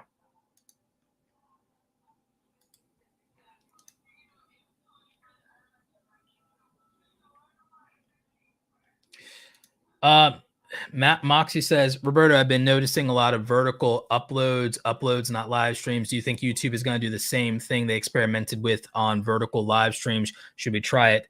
I would wait to see more of that happening before going that route. I am seeing similar things. With that. I think it's going to be interesting. I think YouTube made a mistake branding vertical videos as shorts because they really just have a vertical feed, and that would make them the most competitive with TikTok. And so I just think that vertical video is going to become much more of the norm.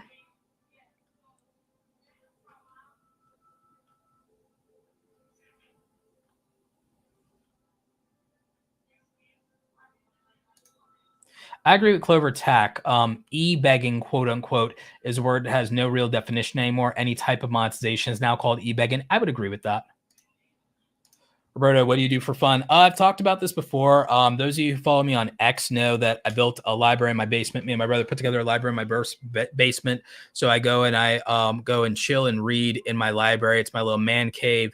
I have a wine, tea, and coffee bar down there. So I like to do stuff with that. I recreationally write as well. Besides business stuff, I write short stories. So I enjoy that. I read a lot of aside from business books, I read a lot of high fantasy, science fiction, the Star Wars EU, that sort of thing. I was big into gaming, but I think in my 20s and teens, it bordered on addictive. So I really cut a lot of it out of my life to be productive and successful. That said, I will do gaming if I get to a point to where I can't sleep at night or something, or it's on the weekend. I'll do some gaming. I try to not be as competitive as I used to be. I used to be competitive in Call of Duty Black Ops 2. I was competitive in StarCraft, and I was Gold League in StarCraft. I was competitive, and I was Platinum League in Magic the Gathering Arena. So I did stuff like that, and I try to do it sparingly now. So now I don't have the prestige I used to have in the game. Who cares? It doesn't do anything for me in the real world. But to make it not become something addictive, I really manage it well, and I try to do it only a couple hours a week. I try to not let that ever hit double digits, really, to be honest with you. So I don't hit double digits in logging game time anymore. There are other things I can do. I work out, or at least I try to when I can. My brother has been really encouraging me with that. So I do that. There's a lot of nice things to do here in Atlanta. So, there's always events and such and things. I like doing photography. Those of you who follow me on X have seen some of my photography, so I do that for fun. I'm not a dopamine fiend, so I don't really I'm not this huge adrenaline or pleasure-seeking type personality. I'm very simple. I have in the basement, aside from the content creation side, I do have traditional art stuff in the basement. So I enjoy doing traditional art. I enjoy my garden. So, that sort of thing. I like growing stuff, growing some of my own peppers and things like that. So, I enjoy going for my walks. Like I said, I'll go walks, listen to podcasts. I listen to classical music, lo-fi, smooth jazz. Early 80s to 90s hip hop, some early 2000s, but I don't listen to as much of it. I don't like a lot of the messaging in a lot of it. So I'm like, I just rather listen to lyricless music most of the time. So I do that. Like a lot of indie artists as well. Had a really, really strong emo phase too. So I listened to a lot of that.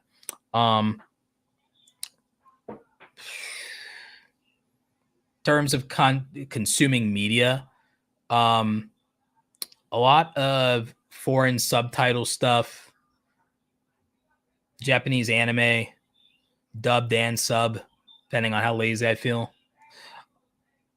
Some of the more, what is the phrase I'm looking for? Some of the high fantasy Korean dramas that do a lot of wire work and wire fu, that sort of thing.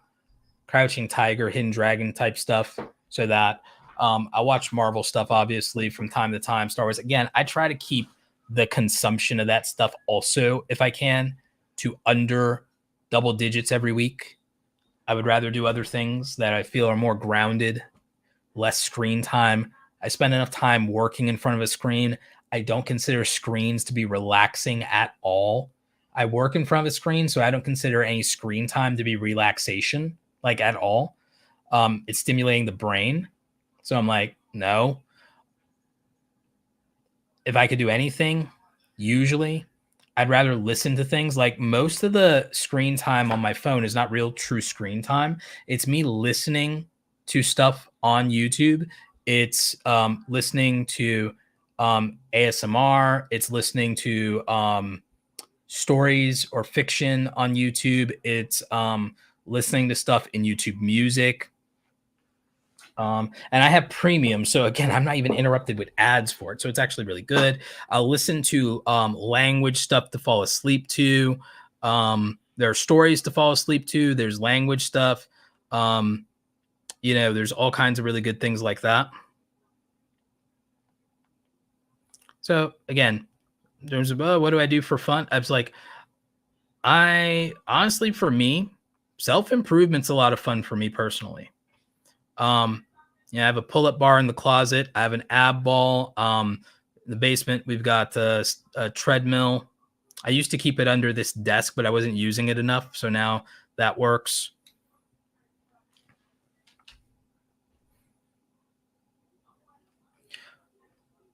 It's actually warm enough to start using the pool at the YMCA. So.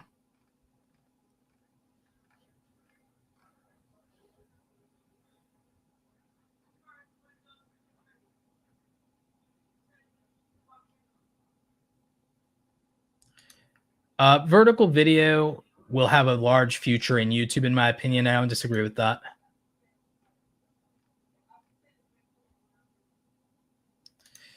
Chili React says, and I can move from some of the analytics data here if we're not pulling up new stats.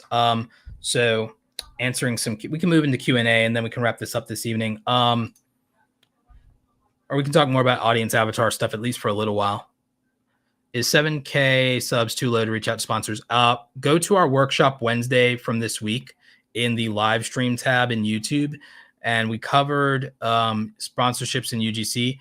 My belief and philosophy is most of you, because 90% of creators don't get to 10,000 subscribers and you only have so much energy and time, and you're underestimating the work it takes to get to brand deals in the first place, and the meetings and all the other things you have to do and revisions. Focus on getting to 10,000 subscribers. Don't worry about whether it's too early to reach out for brands and stuff like that. Most of them are going to say no, which is fine. There are other ways to monetize when you're small that might be better, and you're probably better off trying to focus on getting to 10,000 since 90% of people can't seem to do it.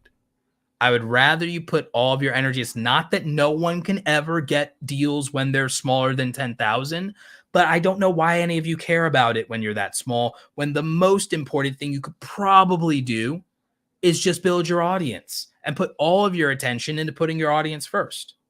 I do not know why small creators have become so fixated with getting brand deals while they're small. Maybe you guys can tell me in the chat. Is the reason that a lot of you who don't have 10,000 subscribers, Are you trying to get brand deals so you feel like somebody values you and respects your content? Or are you trying to get it because you really desperately need money? I need to know why people under 10,000 have seemingly become obsessed with getting sponsors. Where, as far as I'm concerned, the most important thing anybody can do is grow their audience, because it's that hard. 90% of people don't get to 10,000. So I don't know why there's a diversion of energy from doing anything but that.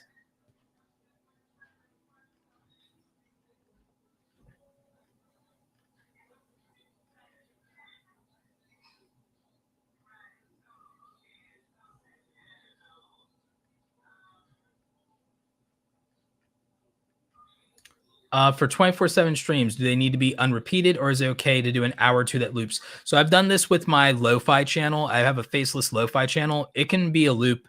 I usually take a loop of 30 minutes and turn it into a loop of 10 hours or something, or 24 hours or whatever.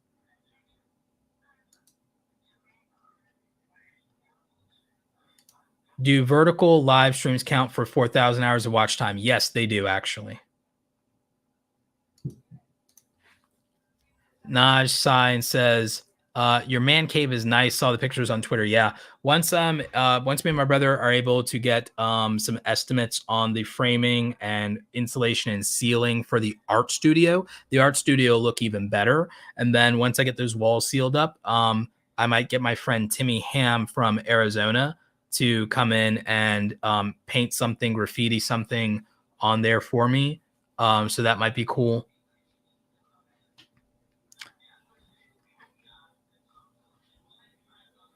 Yeah, for the live streams, if you want live streams to count toward watch time, you need to leave them public and not unlist or delete them or private them. They have to be public.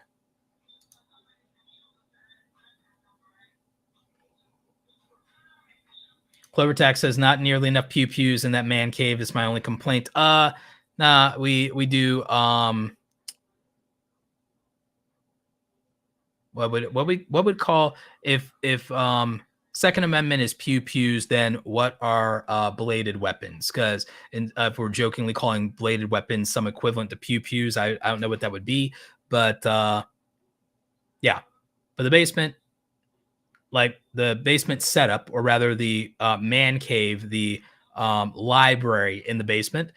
One of the crowning centerpieces of that is my Japanese war sword, which is full tang and it is fully sharpened, so it's nice.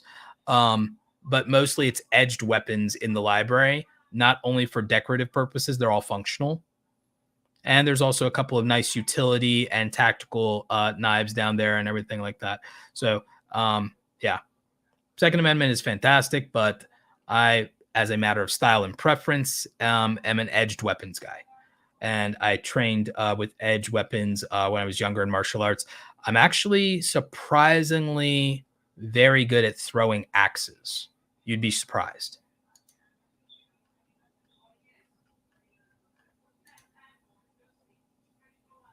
I think I posted a video to X, and I think I posted it to my Instagram at some point, of me. The first time I went throwing axes was in a place called the Yard up in New York. I think it was in upstate. It was in upstate New York or something. I think I want to say it was in upstate New York, and I think it's this place called the Yard. And we did throwing axes for the first time. And once I got, like, I think 5 minutes in, I managed to keep dead centering the target and getting it really in there deep with the throwing axes. The overhead throwing axes, I got the technique perfectly in under about 5 minutes. First time I did it. So that was fun. Then we moved on to one-handed axes, and I got that. Can't do it one-handed axes with my left hand. I'm right-handed. I have to use my right. But I can do two-handed over the head, perfect technique, throwing axe right down the middle, dead set on target. And I can do one-handed, but I'm better with two-handed, but it has to be my right hand for that.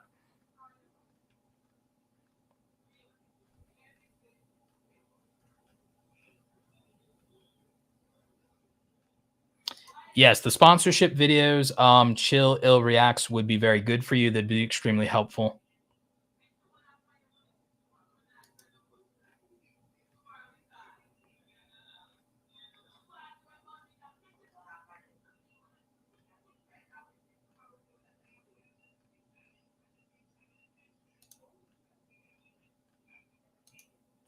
Fazu Battlecaster, thank you, man. YouTube Premium Family is great. Also, going to sleep to an 8-hour playlist works for me as well. Yeah, I do that kind of thing. Yeah, really good. ASMR, music, nature, and true crime documentaries equals calming. Yeah, aside from the true crime documentary stuff, true crime for me, that'd be nightmare fuel. So I don't usually go to sleep to that.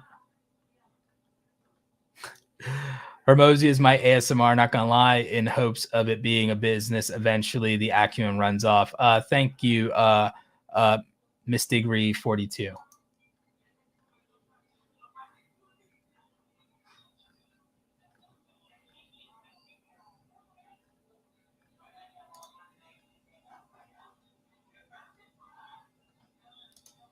Naj says, I'd rather get a brand deal after my base. DJ Kuda says brand deals can be a ripoff depending on your niche. I think a lot of it is inexperience in negotiating. Now, if you're trying to get free products, that is easier to do under 10,000 than you would think. Most brands can send review units and free products if you're under 10,000.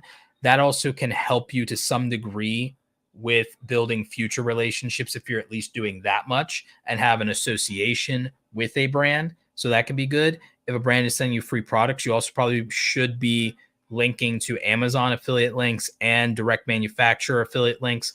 If you can get them to send you free product and you do good with that, consider reaching out and asking for a coupon code and an affiliate link directly so that you can give your people a discount and get tracking on that.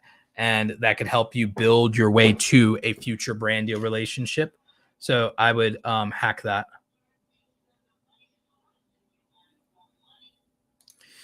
What subscriber count would you say would take a creator from small influencer level to mid-level? So the breakdown, and I did a video on this that nobody watched, but I did a video on this. Maybe I just need to package a new version of this video differently. Maybe it's everything you need to know about brand deals and sponsorships is the title of the video. And maybe that just ends up being a 40-minute upload with very minimum low-lift editing. But aside from my own charts and stuff being in there. But what I will say about it is this. So a nano influencer is 1,000 or less. A micro influencer is 10,000 or less. A mid-tier influencer is 50,000 or less. A macro influencer. A macro influencer is 500,000 or less. And then a mega influencer is 1 million or more.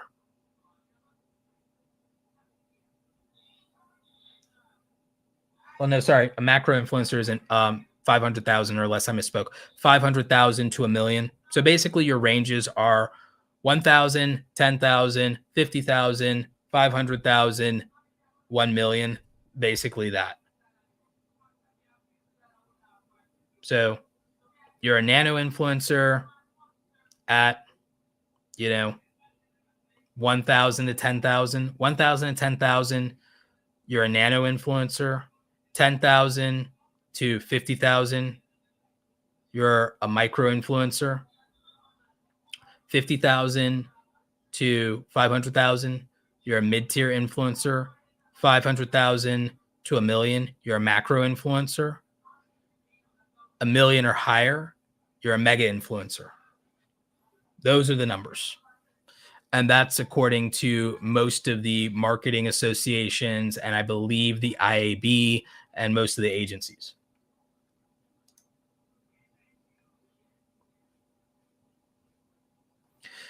Zolo says, I think the obsession with brand deals might be the fact that the economy is in shambles. Lots of people getting laid off, starting YouTube channels because they can't find work. If you can't find work or you get laid off, a YouTube channel is actually probably the last thing you should do because it is a long tail play. It is not a fast money play. The fastest fast money play, to be honest, is a client services business, which basically means being a one-person business, an agency, or a freelancer or a consultant. YouTube is not fast money. Not even for a regular person. For a regular person that gets laid off, probably might make a video about this. The last thing they should do is start a damn YouTube channel. the last thing that you should do is start a damn YouTube channel. If you get laid off, the most important thing to do is to take your same skill set, assuming you weren't doing food services or retail and you did a career. You take your career, you go directly to the market, you find your own clients, you don't poach from the old job, and then you increase your rates much more than you would have from your salary because you're going direct to the market yourself and you own the relationship, and then you price yourself. The thing that you do if you get laid off is you go and you take your skill set from your career, you make packages that are $1,500 and $2,500. You go out and you hustle and you get 3 to 5 clients and you replace your income on 3 to 5 clients. And you get bloody well efficient. So where you're making your old salary working 20 hours a week instead of 40 hours a week because you cut out all the damn meetings and email.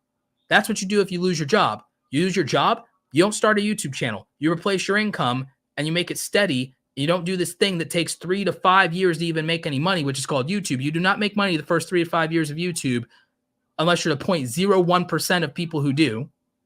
It doesn't work that way. If you get laid off, you have no business going, oh, I'm going to go start a YouTube channel now. Unless your significant other can pay all the bills, then yeah, you could do that. Or unless you had a lot of emergency savings, yeah, you could do that. But no one has any business starting a YouTube channel and thinking they're going to get brand deals, sponsors, or ad revenue if they lose their job. You lose your job, you get another job, or you go take your skills directly to the marketplace and you build a one-person business, a consultancy, or an agency. You get into the client stuff. You get efficient enough to make up your old salary, but working half as much or 75% as much. And then with that extra time after you've accomplished that, then you can start a YouTube channel on the side. But most people have no business thinking a YouTube channel is their answer to losing their job. YouTube's not a get-rich-quick scheme. YouTube is this will pay off in 5 to 7 years if you're very good. That's what YouTube is. The people it pays off in less than that are usually secretly very privileged. Someone I know, his wife bankrolled his YouTube channel. He got to do YouTube because his wife was a successful real estate agent making over 6 figures. So when he lost his blue collar job, he could go ahead and do his YouTube channel because his wife gave him $10,000 to start his YouTube channel. And then he started making more money than her. And then they started living really good. So he's done really well now. So yeah, you can do that if you're fortunate enough to be in that position and you get laid off. Yeah, you can start a YouTube channel. But most people do not tell you that the reason they could grow a YouTube channel in 3 years or less or 1 year is less is because they were able to work 40, 50, 60 hours a week on nothing but YouTube because someone else covered their lifestyle. Usually mommy and daddy or the well-off significant other with a better job than them. Regular people, you don't get to lose your job and then start a YouTube channel. You have to be in a very, very fortunate position for that to work out because most YouTube channels, to make any significant money, is a 5 to 7 year thing that you have to do, making almost nothing. Definitely not hours to dollars ratio worth it. Most people better off getting any regular job that's not retail or food service. It sounds more appealing to somebody who is doing that to go ahead and do a YouTube channel, I guess. But no, for most people, they would just need to do something with a reasonable salary and do YouTube on the side.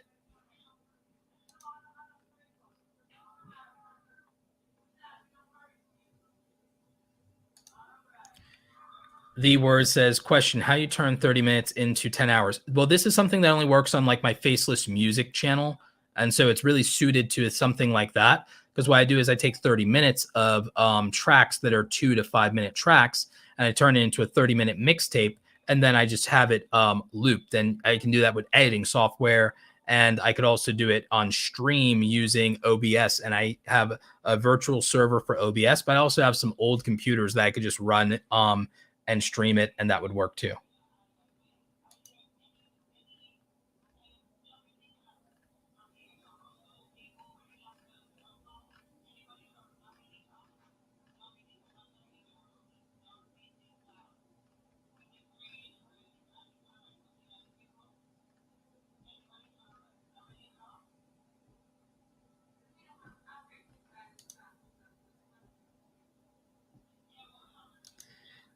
But yeah, for newbies and small channels, I recommend focusing on getting 10,000 subscribers because 90% of people can't get 10,000 subscribers. Now, in terms of working for free products that make your content better or early release access to review units to give you an advantage to get more views, yes, I would do that. That actually makes sense because it improves the content and makes it easier to get views. So I would do that. And then, yeah. And then from there, get a cut on the affiliate side. So you make some money in relation to how much money you create. So I would do that.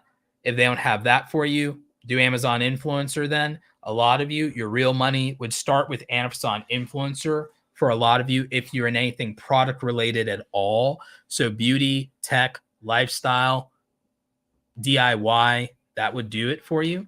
And there's good money in it. We talked about that in the last stream for Wednesday, actually.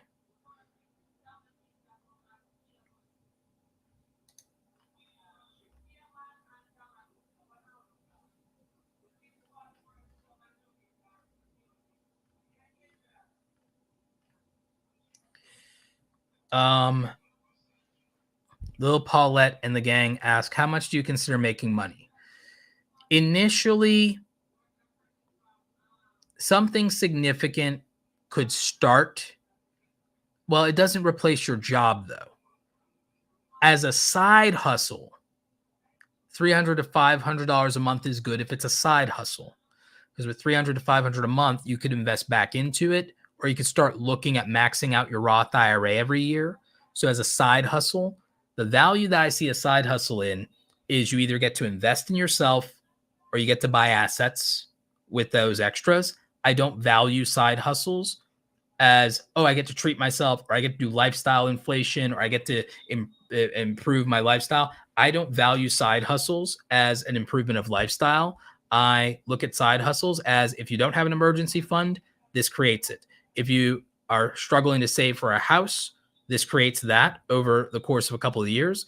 If you're have nothing like in your, or you're not maxing your Roth IRA, it accomplishes that. So for that, like 300 to 600 a month is really good side hustle money. So I consider that making money from a side hustle standpoint because of what my financial mentality to things are, the way that I approach frugality, financial literacy, and financial responsibility would dictate that you're significantly investing in yourself to increase the capacity to earn or to improve something if your health isn't right. Yes. So investing in yourself. Beyond that, it's to invest in assets. So that means, say, after emergency fund, it's saving up for a house, or it's to max out your Roth or your 401k if there's a Roth option on your 401k. Then, not financial advice. And then it beyond that, if it was, oh, well, I lost my job, then no, the hell with that, because YouTube will not be income replacement levels for 5 to 7 years for most people. So the hell with that. YouTube's not the answer to losing your job. You do something that can be income replacement. You do gig work, you freelance, you start a one-person business that's client services based, not selling a product, not selling courses, not doing that. No, you go to client services. Client services is done for you services, strategic consulting, trade work. It's something like that. You could do gig work, be an independent contractor. That's income replacement in a reasonable amount of time, which is 30 to 90 days income replacement. That's what, if you lose your job, that's what you do. And you make sure you cover your health care. You get that moved over to like Cobra or something to keep your benefits. And then you could also look at, if you're young, you get a catastrophic health policy. Go to out of pocket for dental. It's $25 to $40 a month for dental insurance, and you don't need healthcare insurance for it. You just get dental insurance, and you can do that with United, or you can do that with Delta Dental. So you get dental insurance. 25 to 40 bucks a month for you or your kids or whatever. So you do that. Private healthcare insurance. You can get an emergency policy if you are out of the policy period and you don't want to go through the marketplace or whatever, and you still want private insurance. You use an underwriter like Golden Rule, for example, and they'll get you a policy with someone like Kaiser or United, and you can do that. If you're young, I think you have to be under 30 or under 27. You can do a really cheap policy on catastrophic coverage, so in case the worst thing should happen to you, and it's cheap, which if you're young, that's probably good enough. So that, maybe that's what you do. A lot of people don't think about this. And then for YouTube to replace your income, frankly, it has to make 30 to 50% more than you made at your 9-to-5 job, because you have to pay out of pocket for your own healthcare insurance because you're not an employee anymore and you're not getting covered on the split for that. And then as a self-employed person, you have to pay the employer's portion of Social Security, Medicare, Medicaid, and everything. So you have to pay self-employment tax plus FICA. So you have to do that. Self-employment taxes is 15%. Then you pay on your income taxes after expenses on top of that. So you automatically have to pay 15% taxes as self-employment income. You have to cover your own healthcare coverage and insurance. You probably, frankly, should get liability insurance and errors and omissions insurance on top of that. And then you have all your expenses, and then you still have to pay taxes. And you don't get the employer's contribution side of those taxes. So you will pay more, which is why also your opinion of taxes will change when you become a full-time YouTuber. And you'll just hate taxes. So, yeah. Yeah, whatever opinion you have, taxes, we should do more for this. We should do more for the social safety net. When it starts being literally 30% of all the money that you make, and you do not see anything improve in the country in any significant way, you'll just hate taxes as much as I do. And it still won't be enough hate. Use your aggressive feelings. Let the hate flow through you. Strike the IRS down with all of your might, and on your journey to the dark side will be complete. Yeah. So, yeah, no amount of hatred will ever be enough for the IRS.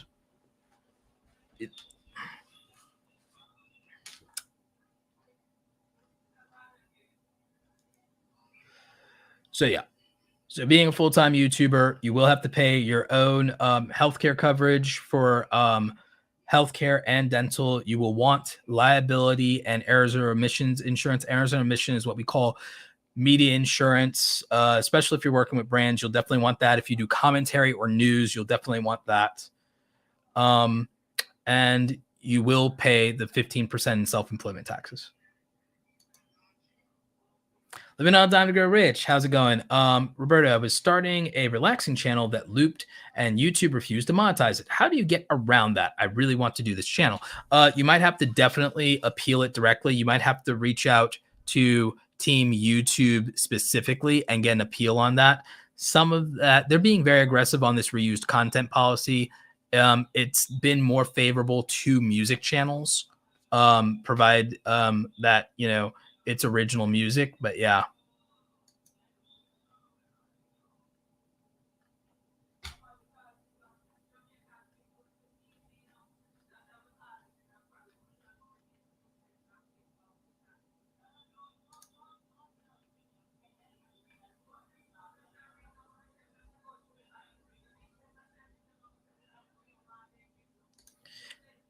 Moxie Approved says, I'm also a rarity. I've been doing YouTube for 4 years on the side. Just started making money last year, then got laid off, did YouTube full time, still barely making it to be honest, but growing. Yeah, it's a rare situation. So like you're right at that 5-year mark and where it could start working if you put more time into it, because the learning curve on YouTube is pretty hard, even with education content. Learning curve is steep. Some niches are more profitable than others, and it can be really challenging. And there's good months and bad months. There's just so much to it. Diversification can help if you get the energy and time to manage it properly. But yeah, it can be rough, especially that first year being full-time is especially rough. So yes.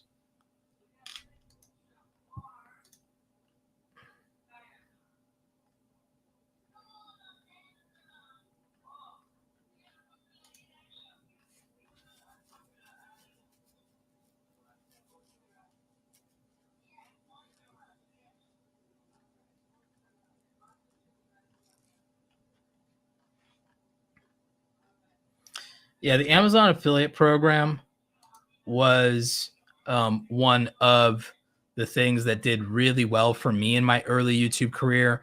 I was doing a lot of tech and tutorial stuff, so it was very aligned. And you can tell I'm a gadget guy. I'm absolutely a gadget guy, so it worked out for me.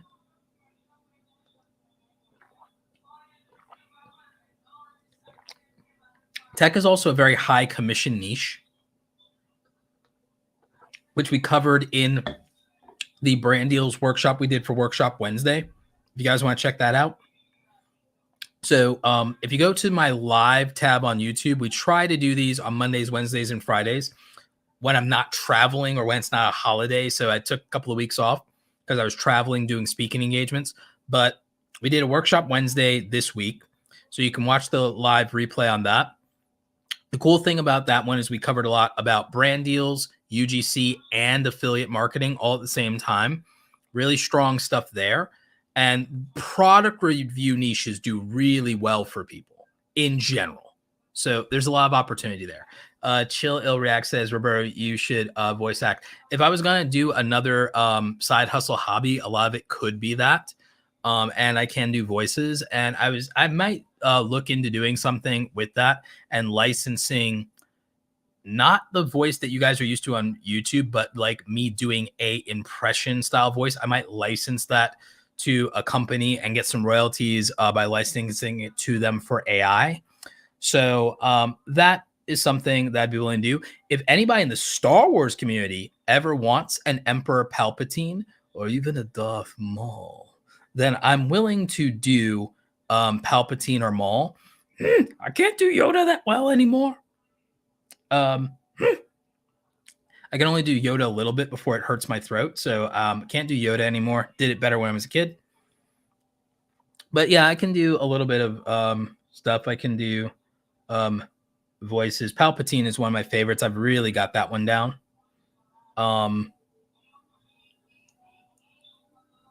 So yeah.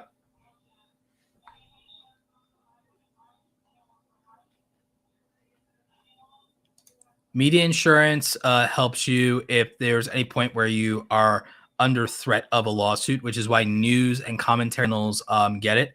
It's errors and omissions, which you could also refer to as media insurance.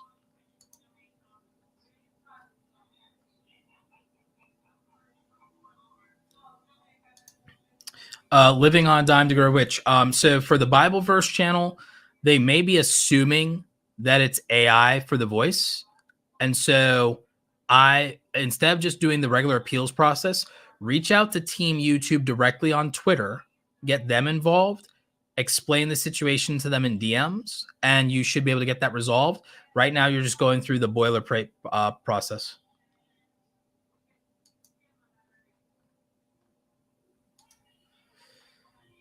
Something to analyze says, damn, I want to start living off of YouTube. I don't think I can. Look, I'm not out here to discourage you. I'm just telling you the real numbers. It's not that you can't. It's that, are you willing to do what it takes? Are you willing to do what it takes? And are you willing to accept that may not be fun? If you want to make a living on YouTube, I'll tell you an answer. I'll tell you a realistic answer to making a living on YouTube. Most of y'all don't want to do it though. I will tell you how you can make a living on YouTube. I damn well don't think a lot of you do it because it ain't fun. It's not fun.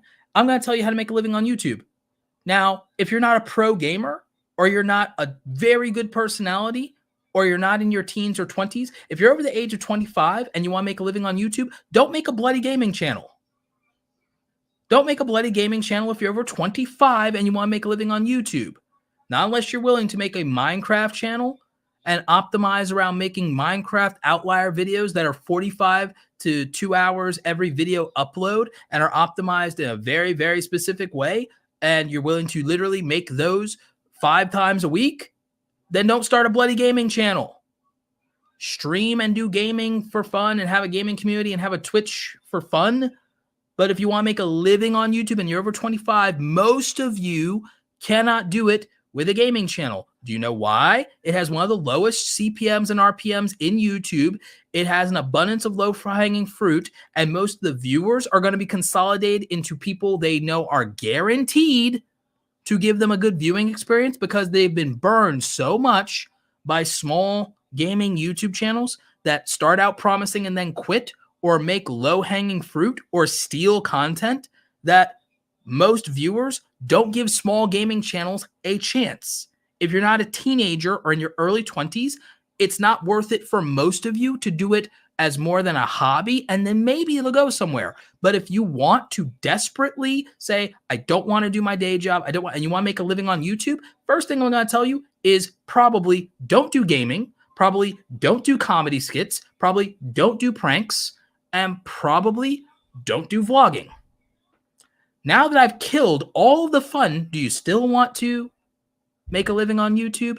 Because if you do, I have an answer. You go into one of the top 20 monetizable niches on YouTube, and you go into something where you can do very well with affiliate links, do very well with sponsors, do very well with UGC, and has a good revenue floor for ad revenue, and is something where you have a skill or experience that you could bring to the table that could set you apart, or you're willing to become very, very excellent at something like that. So what does that look like? Probably some type of product review niche in either beauty, tech, lifestyle, potentially fitness would be very good, something in that nature, something in education or software, or something career development related, something personal development related, something relationships, like some of the categories around the things that you'd have to optimize around is, does this make people healthy? Does this make people wealthy? Does this add to their productivity? Does this benefit their relationships? Those are kind of, there are things, those are your 4 categories. And then there are niches that are really under those 4 categories that are wildly profitable and can monetize in 4 to 5 different ways.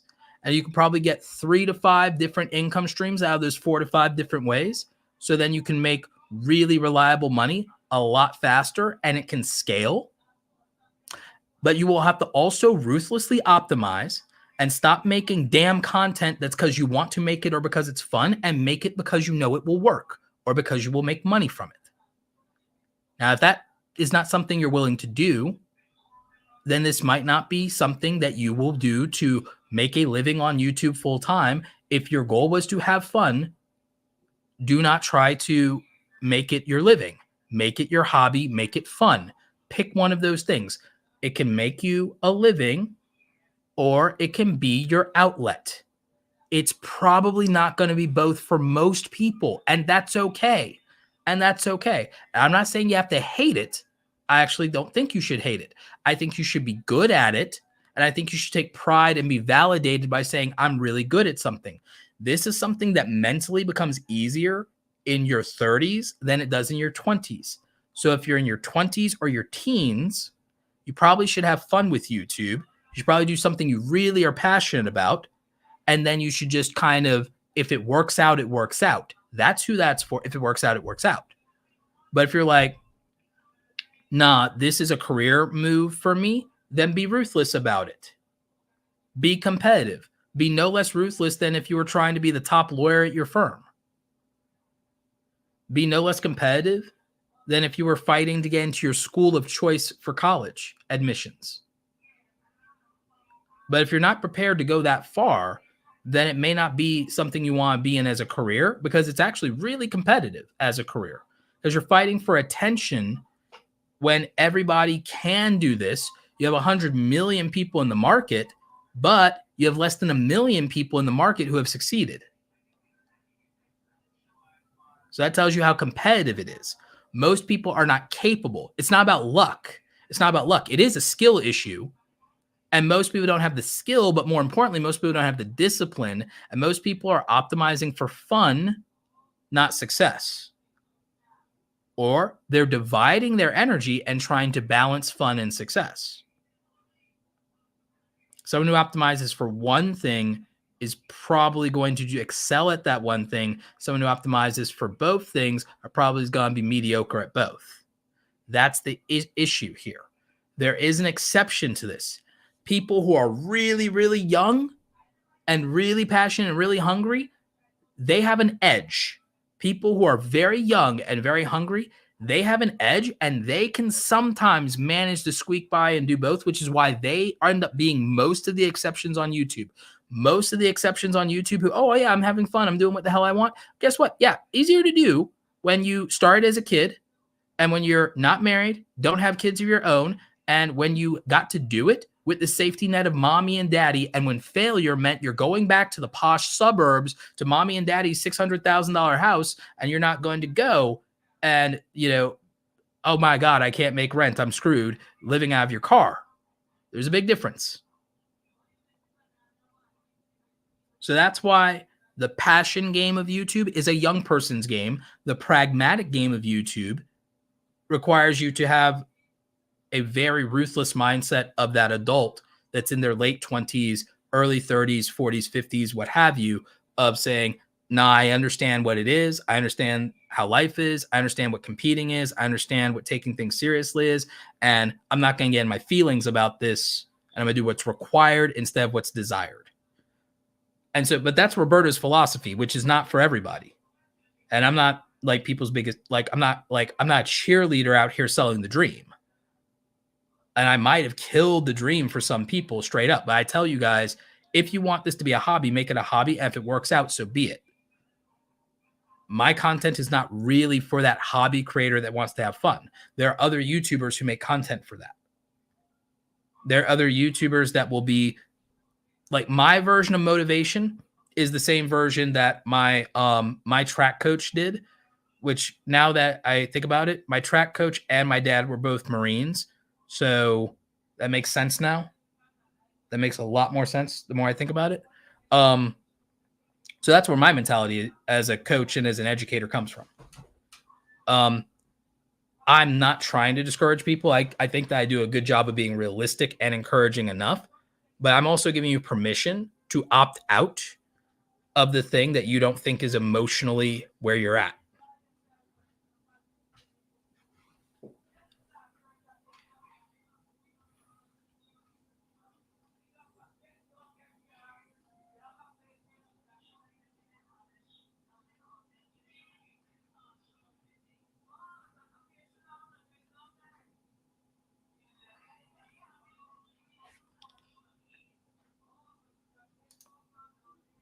Coin says, yeah, Twitter is how I got my YouTube account undeleted. Forgot that happened because of the brand account stuff. Yep.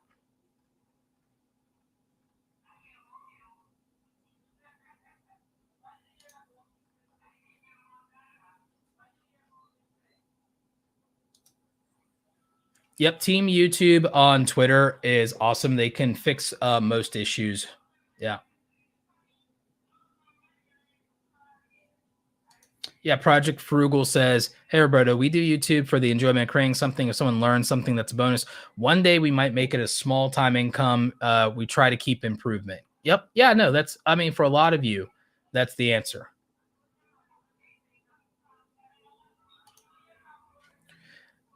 Shoop Gaming says, Roberto, we got monetized in 5 months with a Pokemon channel. Congratulations. Good job on that. And I've got a full-time job. Good for you. Smart. I wouldn't quit my job with less than 100K subs and income stream. Yeah, I know a lot of YouTubers who make 100K from their job and make equal or more from YouTube and kept their day job, believe it or not. I know plenty of creators like that. And I think it's smart for a lot of them.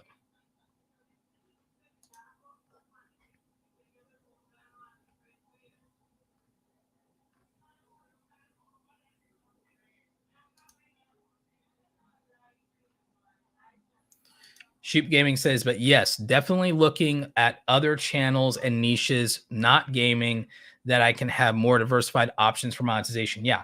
And again, I'm not against gaming. Remember, I left gaming personally for like productivity reasons of like, okay, I get too invested, it's too addictive for me. But I also coach a lot of gamers. There are ways to make it work, but it's rare, and you have to be among the best. A lot of the creators I work with, they are ranked in their game. They're ranked in their game. So we're talking like world champions. We're talking people who do ladder, people who do trophy pushing, people who are world champions at their um Wolfie. Wolfie is a Pokemon world champion. His spectacle video, he opened a Pokemon gym in real life and became a gym leader and was handing out badges. It was a collab video. He did it in New York City. It was great. It was amazing. So like I've worked with like Wolfie, Pokemon world champion. I've worked with Juicy J, Clash Royale. There's like plenty of people. Ashlyn, Brawl Stars. There's people like they're ranked gamers. That makes sense. It makes sense when you can be competitive and you have that angle of, well, oh, well, I'm a pro gamer. Of course you'll watch me play. You know, that makes sense. Now, there are people who are entertaining enough to make stuff work. And there's people who can do sandbox gaming. I've worked with somebody who has 3 Minecraft channels. 2 of them are over 1 million subscribers. I won't name the channels because I won't give away secrets here, but they are smart about making money off the Minecraft can make money. Even with less views, there's ways to long form Minecraft can make money. I've helped plenty of people figure that one out. But the thing is, it's not nearly as diverse in how you can make your money as multiple other things that do well. And frankly, the audience is so young that brands lowball you on the brand deal side. The advertisers lowball you on the mic because the audience is broke.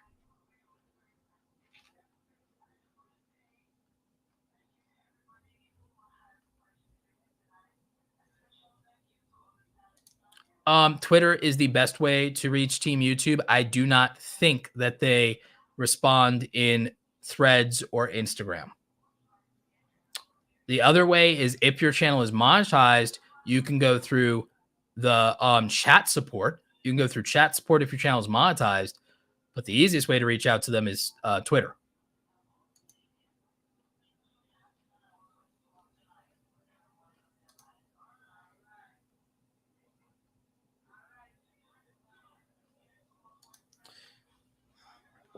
Oh, Yana says, I'd like to make videos about photography, but I don't see that niche doing very well on YouTube. Do you think that it might be a subject that's too niche?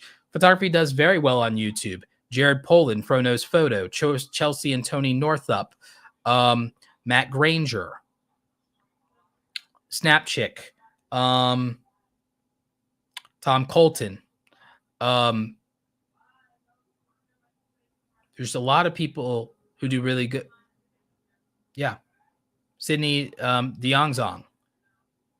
You know, there's a lot of people who do really well. Potato Jet. There's a lot of people who do very well in photography. It's just about how you go about it. And the thing is, even if it's not views, and what do you mean do well? I mean, yeah, stuff doesn't go viral, but it doesn't need to. Photography niche has $5 to $8 RPMs, number one. Number two, if you cover pro camera gear and glass, you're talking $90 to $120 commissions from Amazon on pro glass. Entry-level cameras are between $25 and $40 commissions on Amazon for like the Sony ZV-E10 and stuff like that. So depending on how you approach the photography niche, it does very well. Photography education products still do well on Skillshare, still do well in standalone courses. Photography presets still sell very well. You know, I mean, my homie Manny Ortiz, who I coached since before he had 100K subscribers, is killing it. I think he's at 700,000 subscribers now, or pretty damn close to it. Photography niche does very well on YouTube. It's about how you do it.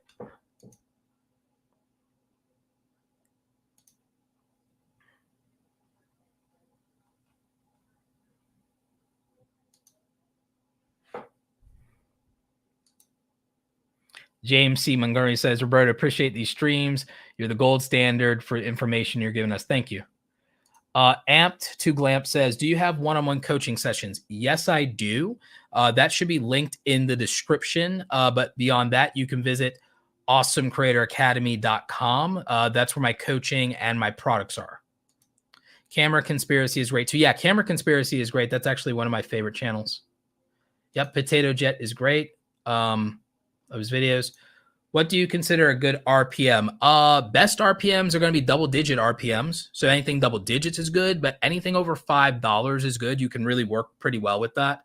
You can reasonably start to work with that because if you're getting, $5 RPMs, so the way you want to think about it is it's very hard for any video on YouTube, believe it or not, despite what you see on the YouTube homepage, because the YouTube homepage shows you the 0.1% all the time, just like all social media. All social media just shows you all the rich people, okay? So what happens is it distorts reality distortion bubble. The truth is it's actually hard to get 10,000 views on a video. When you get to double-digit RPMs, though, where you have like $10 RPMs, though, if you get 10,000 views on a video, you're making $100. If you can average to a point to where you eventually get to 100,000 views a month and you got a $10 RPM, you're making over $1,000 a month. That's enough to move the needle in terms of getting somewhere, so that could be very good. If you get $10 RPMs and you get 500,000 views a month once you build a nice back catalog, then you could be making a couple $1,000s a month. You can make $5,000 a month. You can make $6,000, $60,000 a year. So you're making above the median income. Now you are going to have to pay all your taxes on that, and so that's going to suck. But then if you have something beyond AdSense, it's going to work out. And so that would begin to get you to where you might be making 6 figures altogether. Maybe even after taxes, depending on how you work it all out. So that's why aiming for double-digit RPMs is ideal. It's not necessary, but it's ideal. For it to be good, I like $5 RPMs or better. $5 RPMs if you can get a lot of views. $10 RPMs if views are a little rough. Living on a Dime to Grow Rich says his coaching is 100% worth it. Thank you. Yeah. Living on a Dime to Grow Rich has coached with me multiple times. And so, yeah, thank you for that. Living on a Dime says, we regularly get $10 to $15 RPMs. Here, I thought we weren't doing that great. No, it's just that finance YouTubers make it are the exception rather than the rule. E-com YouTubers are the exception, not the rule. And, people in drop shipping niche. So there's a couple outlier niches that do well over $30 to $50. Software can do good. I can do $20 to $30 ones. Software can do good. Software tech stuff at a certain end can do well. Marketing can do extremely well. But for lifestyle, $10 to $15 is great.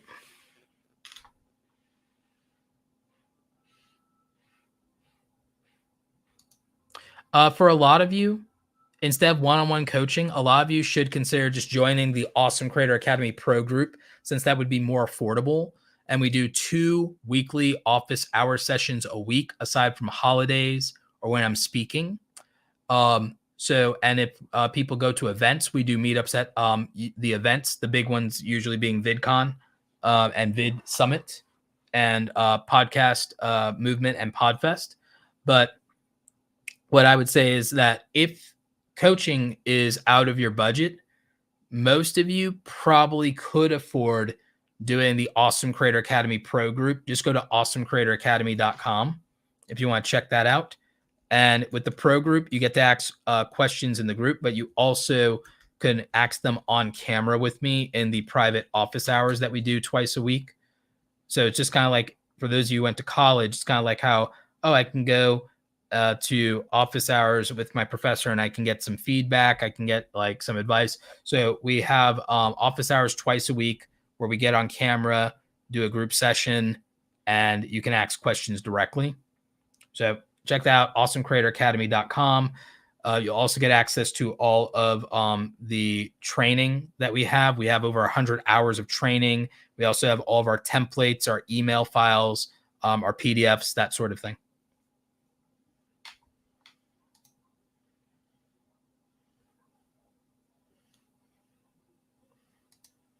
Yep. So yeah.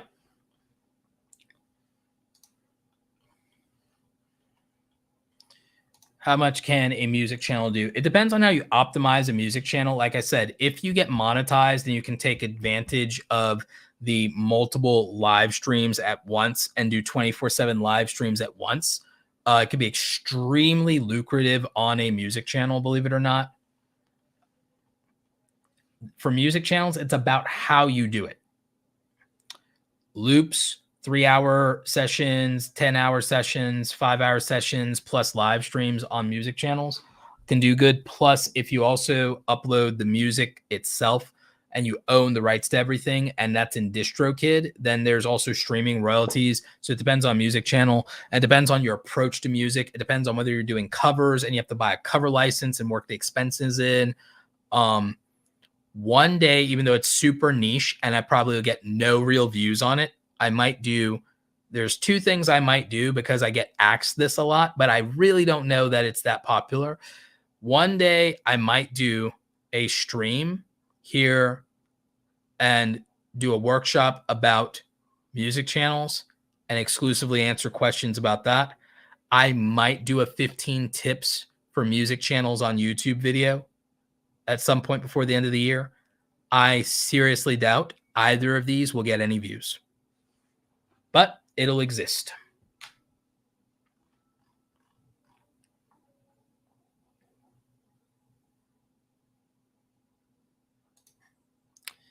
Inada asked, hey, Roberto, I noticed that a lot of people you mentioned before usually have more than one channel. Do you think people should try to have more than one channel at a time? Usually no, but a lot of them, what it did is like there was usually no, but what some people did was they had for their mental health a channel that they could do for fun and then a channel that they could do for work. And that was the compromise that they made. So in general, my thought is most people should put their energy into getting a channel up, getting a channel monetized, getting it to 10K, then maybe getting it to 100K. Then you can do a second channel once you've hit most of your goals, or if you've gotten to be full-time. If you're not full-time and you have a 9-to-5 job, I usually don't recommend having 2 channels. However, some people have to because they have to have an outlet and they love YouTube. So they have to have a fun channel and then a career channel. And that's the compromise they came up with so that they can give what they need to the channel that's work and is there to have a career. And then they still wanted and needed an outlet to have fun. So they have a work channel and a hobby channel. That's what some of them did. Some of them, it worked out that both channels ended up being successful.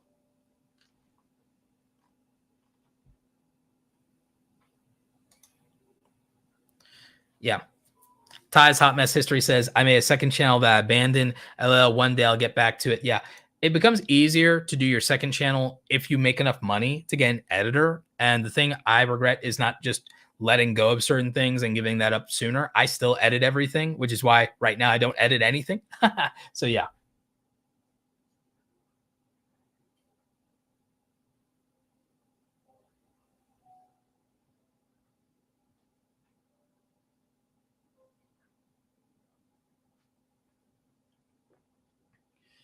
Can you describe what a cover license is? Okay. This is probably one of the last questions because it's getting dry and I need to drink something for my voice at this point. So a cover license. One of my clients, Frost FM, does gaming music. He doesn't own the rights to music. So through DistroKid, where he uploads his music to Spotify, where he makes his real money besides the YouTube channel, which still does very well, by the way. He makes a very good livable income, probably more than the median income in America by a good deal off of the music and Spotify. But he's able to do that because it splits royalties for the music with the people who own the original license to the music.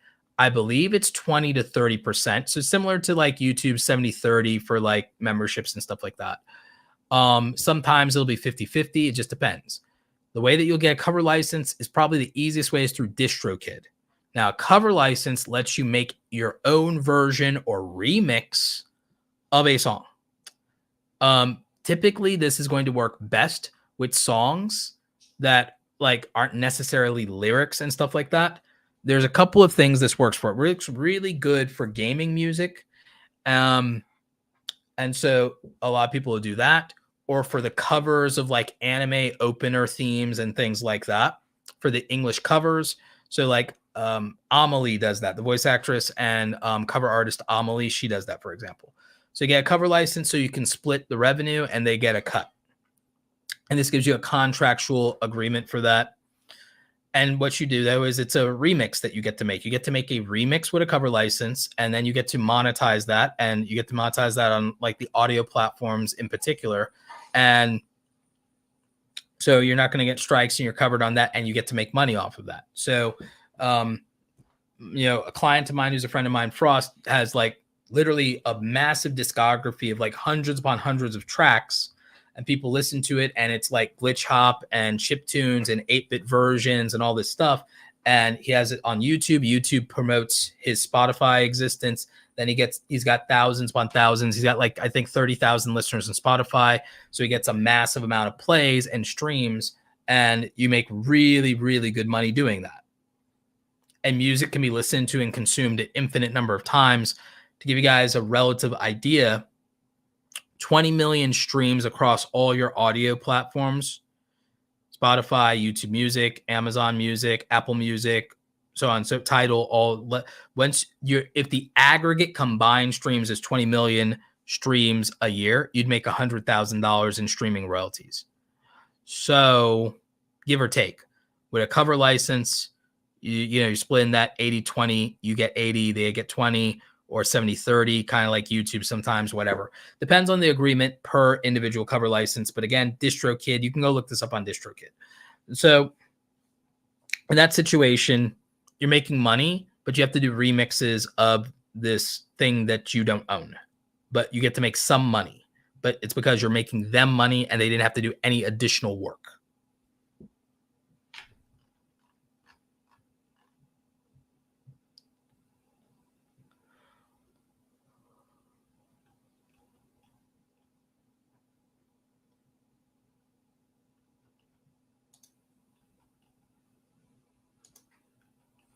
Yeah, finding a good editor is hard. My answer to it is just train my replacement directly.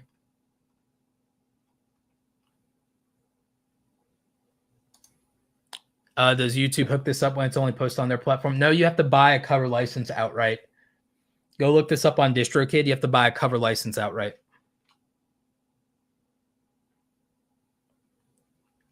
Yep. Anyway, everyone, I have to run. It's been great talking with everybody. It was a really solid stream. Appreciate y'all. Some fantastic questions. I think we covered a lot of what I wanted to. If you want to check out more of what I have to offer, obviously you can get all the free stuff that I do on YouTube. You can check out the podcast. Definitely check out my book. I believe it's linked in the description. It's on Amazon. It's called Create Something Awesome, How Creators Are Profiting from Their Passion in the Creator Economy. And so my book is probably one of the easiest ways to support. I also appreciate anyone who's bought it doing a review. And I think the book is probably one of the more practical ways you could learn a lot of this. So if you want to check that out, I'm going to link it in the description, and that will take you to Amazon.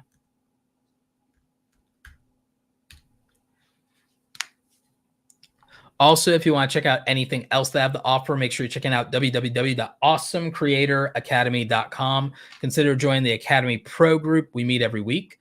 We've got Avedon coming in with the last super chat. Hey, what's up, Roberto? Since we're talking about music, would you recommend having a different music channel to upload music to if my main channel is music education? In your case, probably, to be honest with you, probably. And I think it's also a good show and tell to have it on the two separate channels. That might benefit you. So for you specifically, because I'm more familiar with you, yes. For a lot of people, that one's going to be case by case. Really depends, but for you particularly, probably. But there's also a way to optimize a music-only channel, because a music-only channel gets to become a faceless YouTube channel, and then there's a lot of benefits to doing it that way versus an education channel. It's probably not going to be faceless. So there's a benefit, in my opinion, to a music channel being separate so it can become a faceless channel.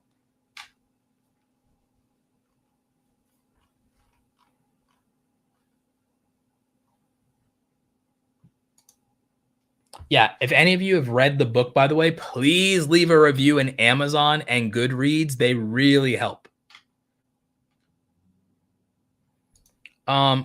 This one I have to answer just because it's a really important question. Hey, Roberto, what are your thoughts on YouTube promotions for small creators so they get seen in the first place? Don't do it. Because, by the way, none of you have subscribed to and been a real supporter of a small YouTuber that bought paid promotion. If it didn't work on you, then don't do it. That's kind of the most common sense way I can put it. Is also, I don't entirely trust the process when it comes to, if I put money in to turn on the views, taking money out, I don't trust that I will get views if I took the money out. So I think that's a setup for failure for small YouTubers. The real reason promotions was put into the YouTube system was to make it easier on advertisers, because now a lot of the people who manage ad campaigns are Gen Z and millennials. And the old system for Google Ads for video is really clunky and archaic, and it feels like it's from the 1990s, and they hate it. So they wanted to compete with Facebook and Instagram and TikTok more. So they made a modern interface because it's easier to make the modern interface in YouTube work better. So the promote question is really just for brands and businesses so that it can work more like how TikTok and Instagram does for e-com. It's not really meant for creators. And I think that the promote button hurts creators. I don't think it helps them.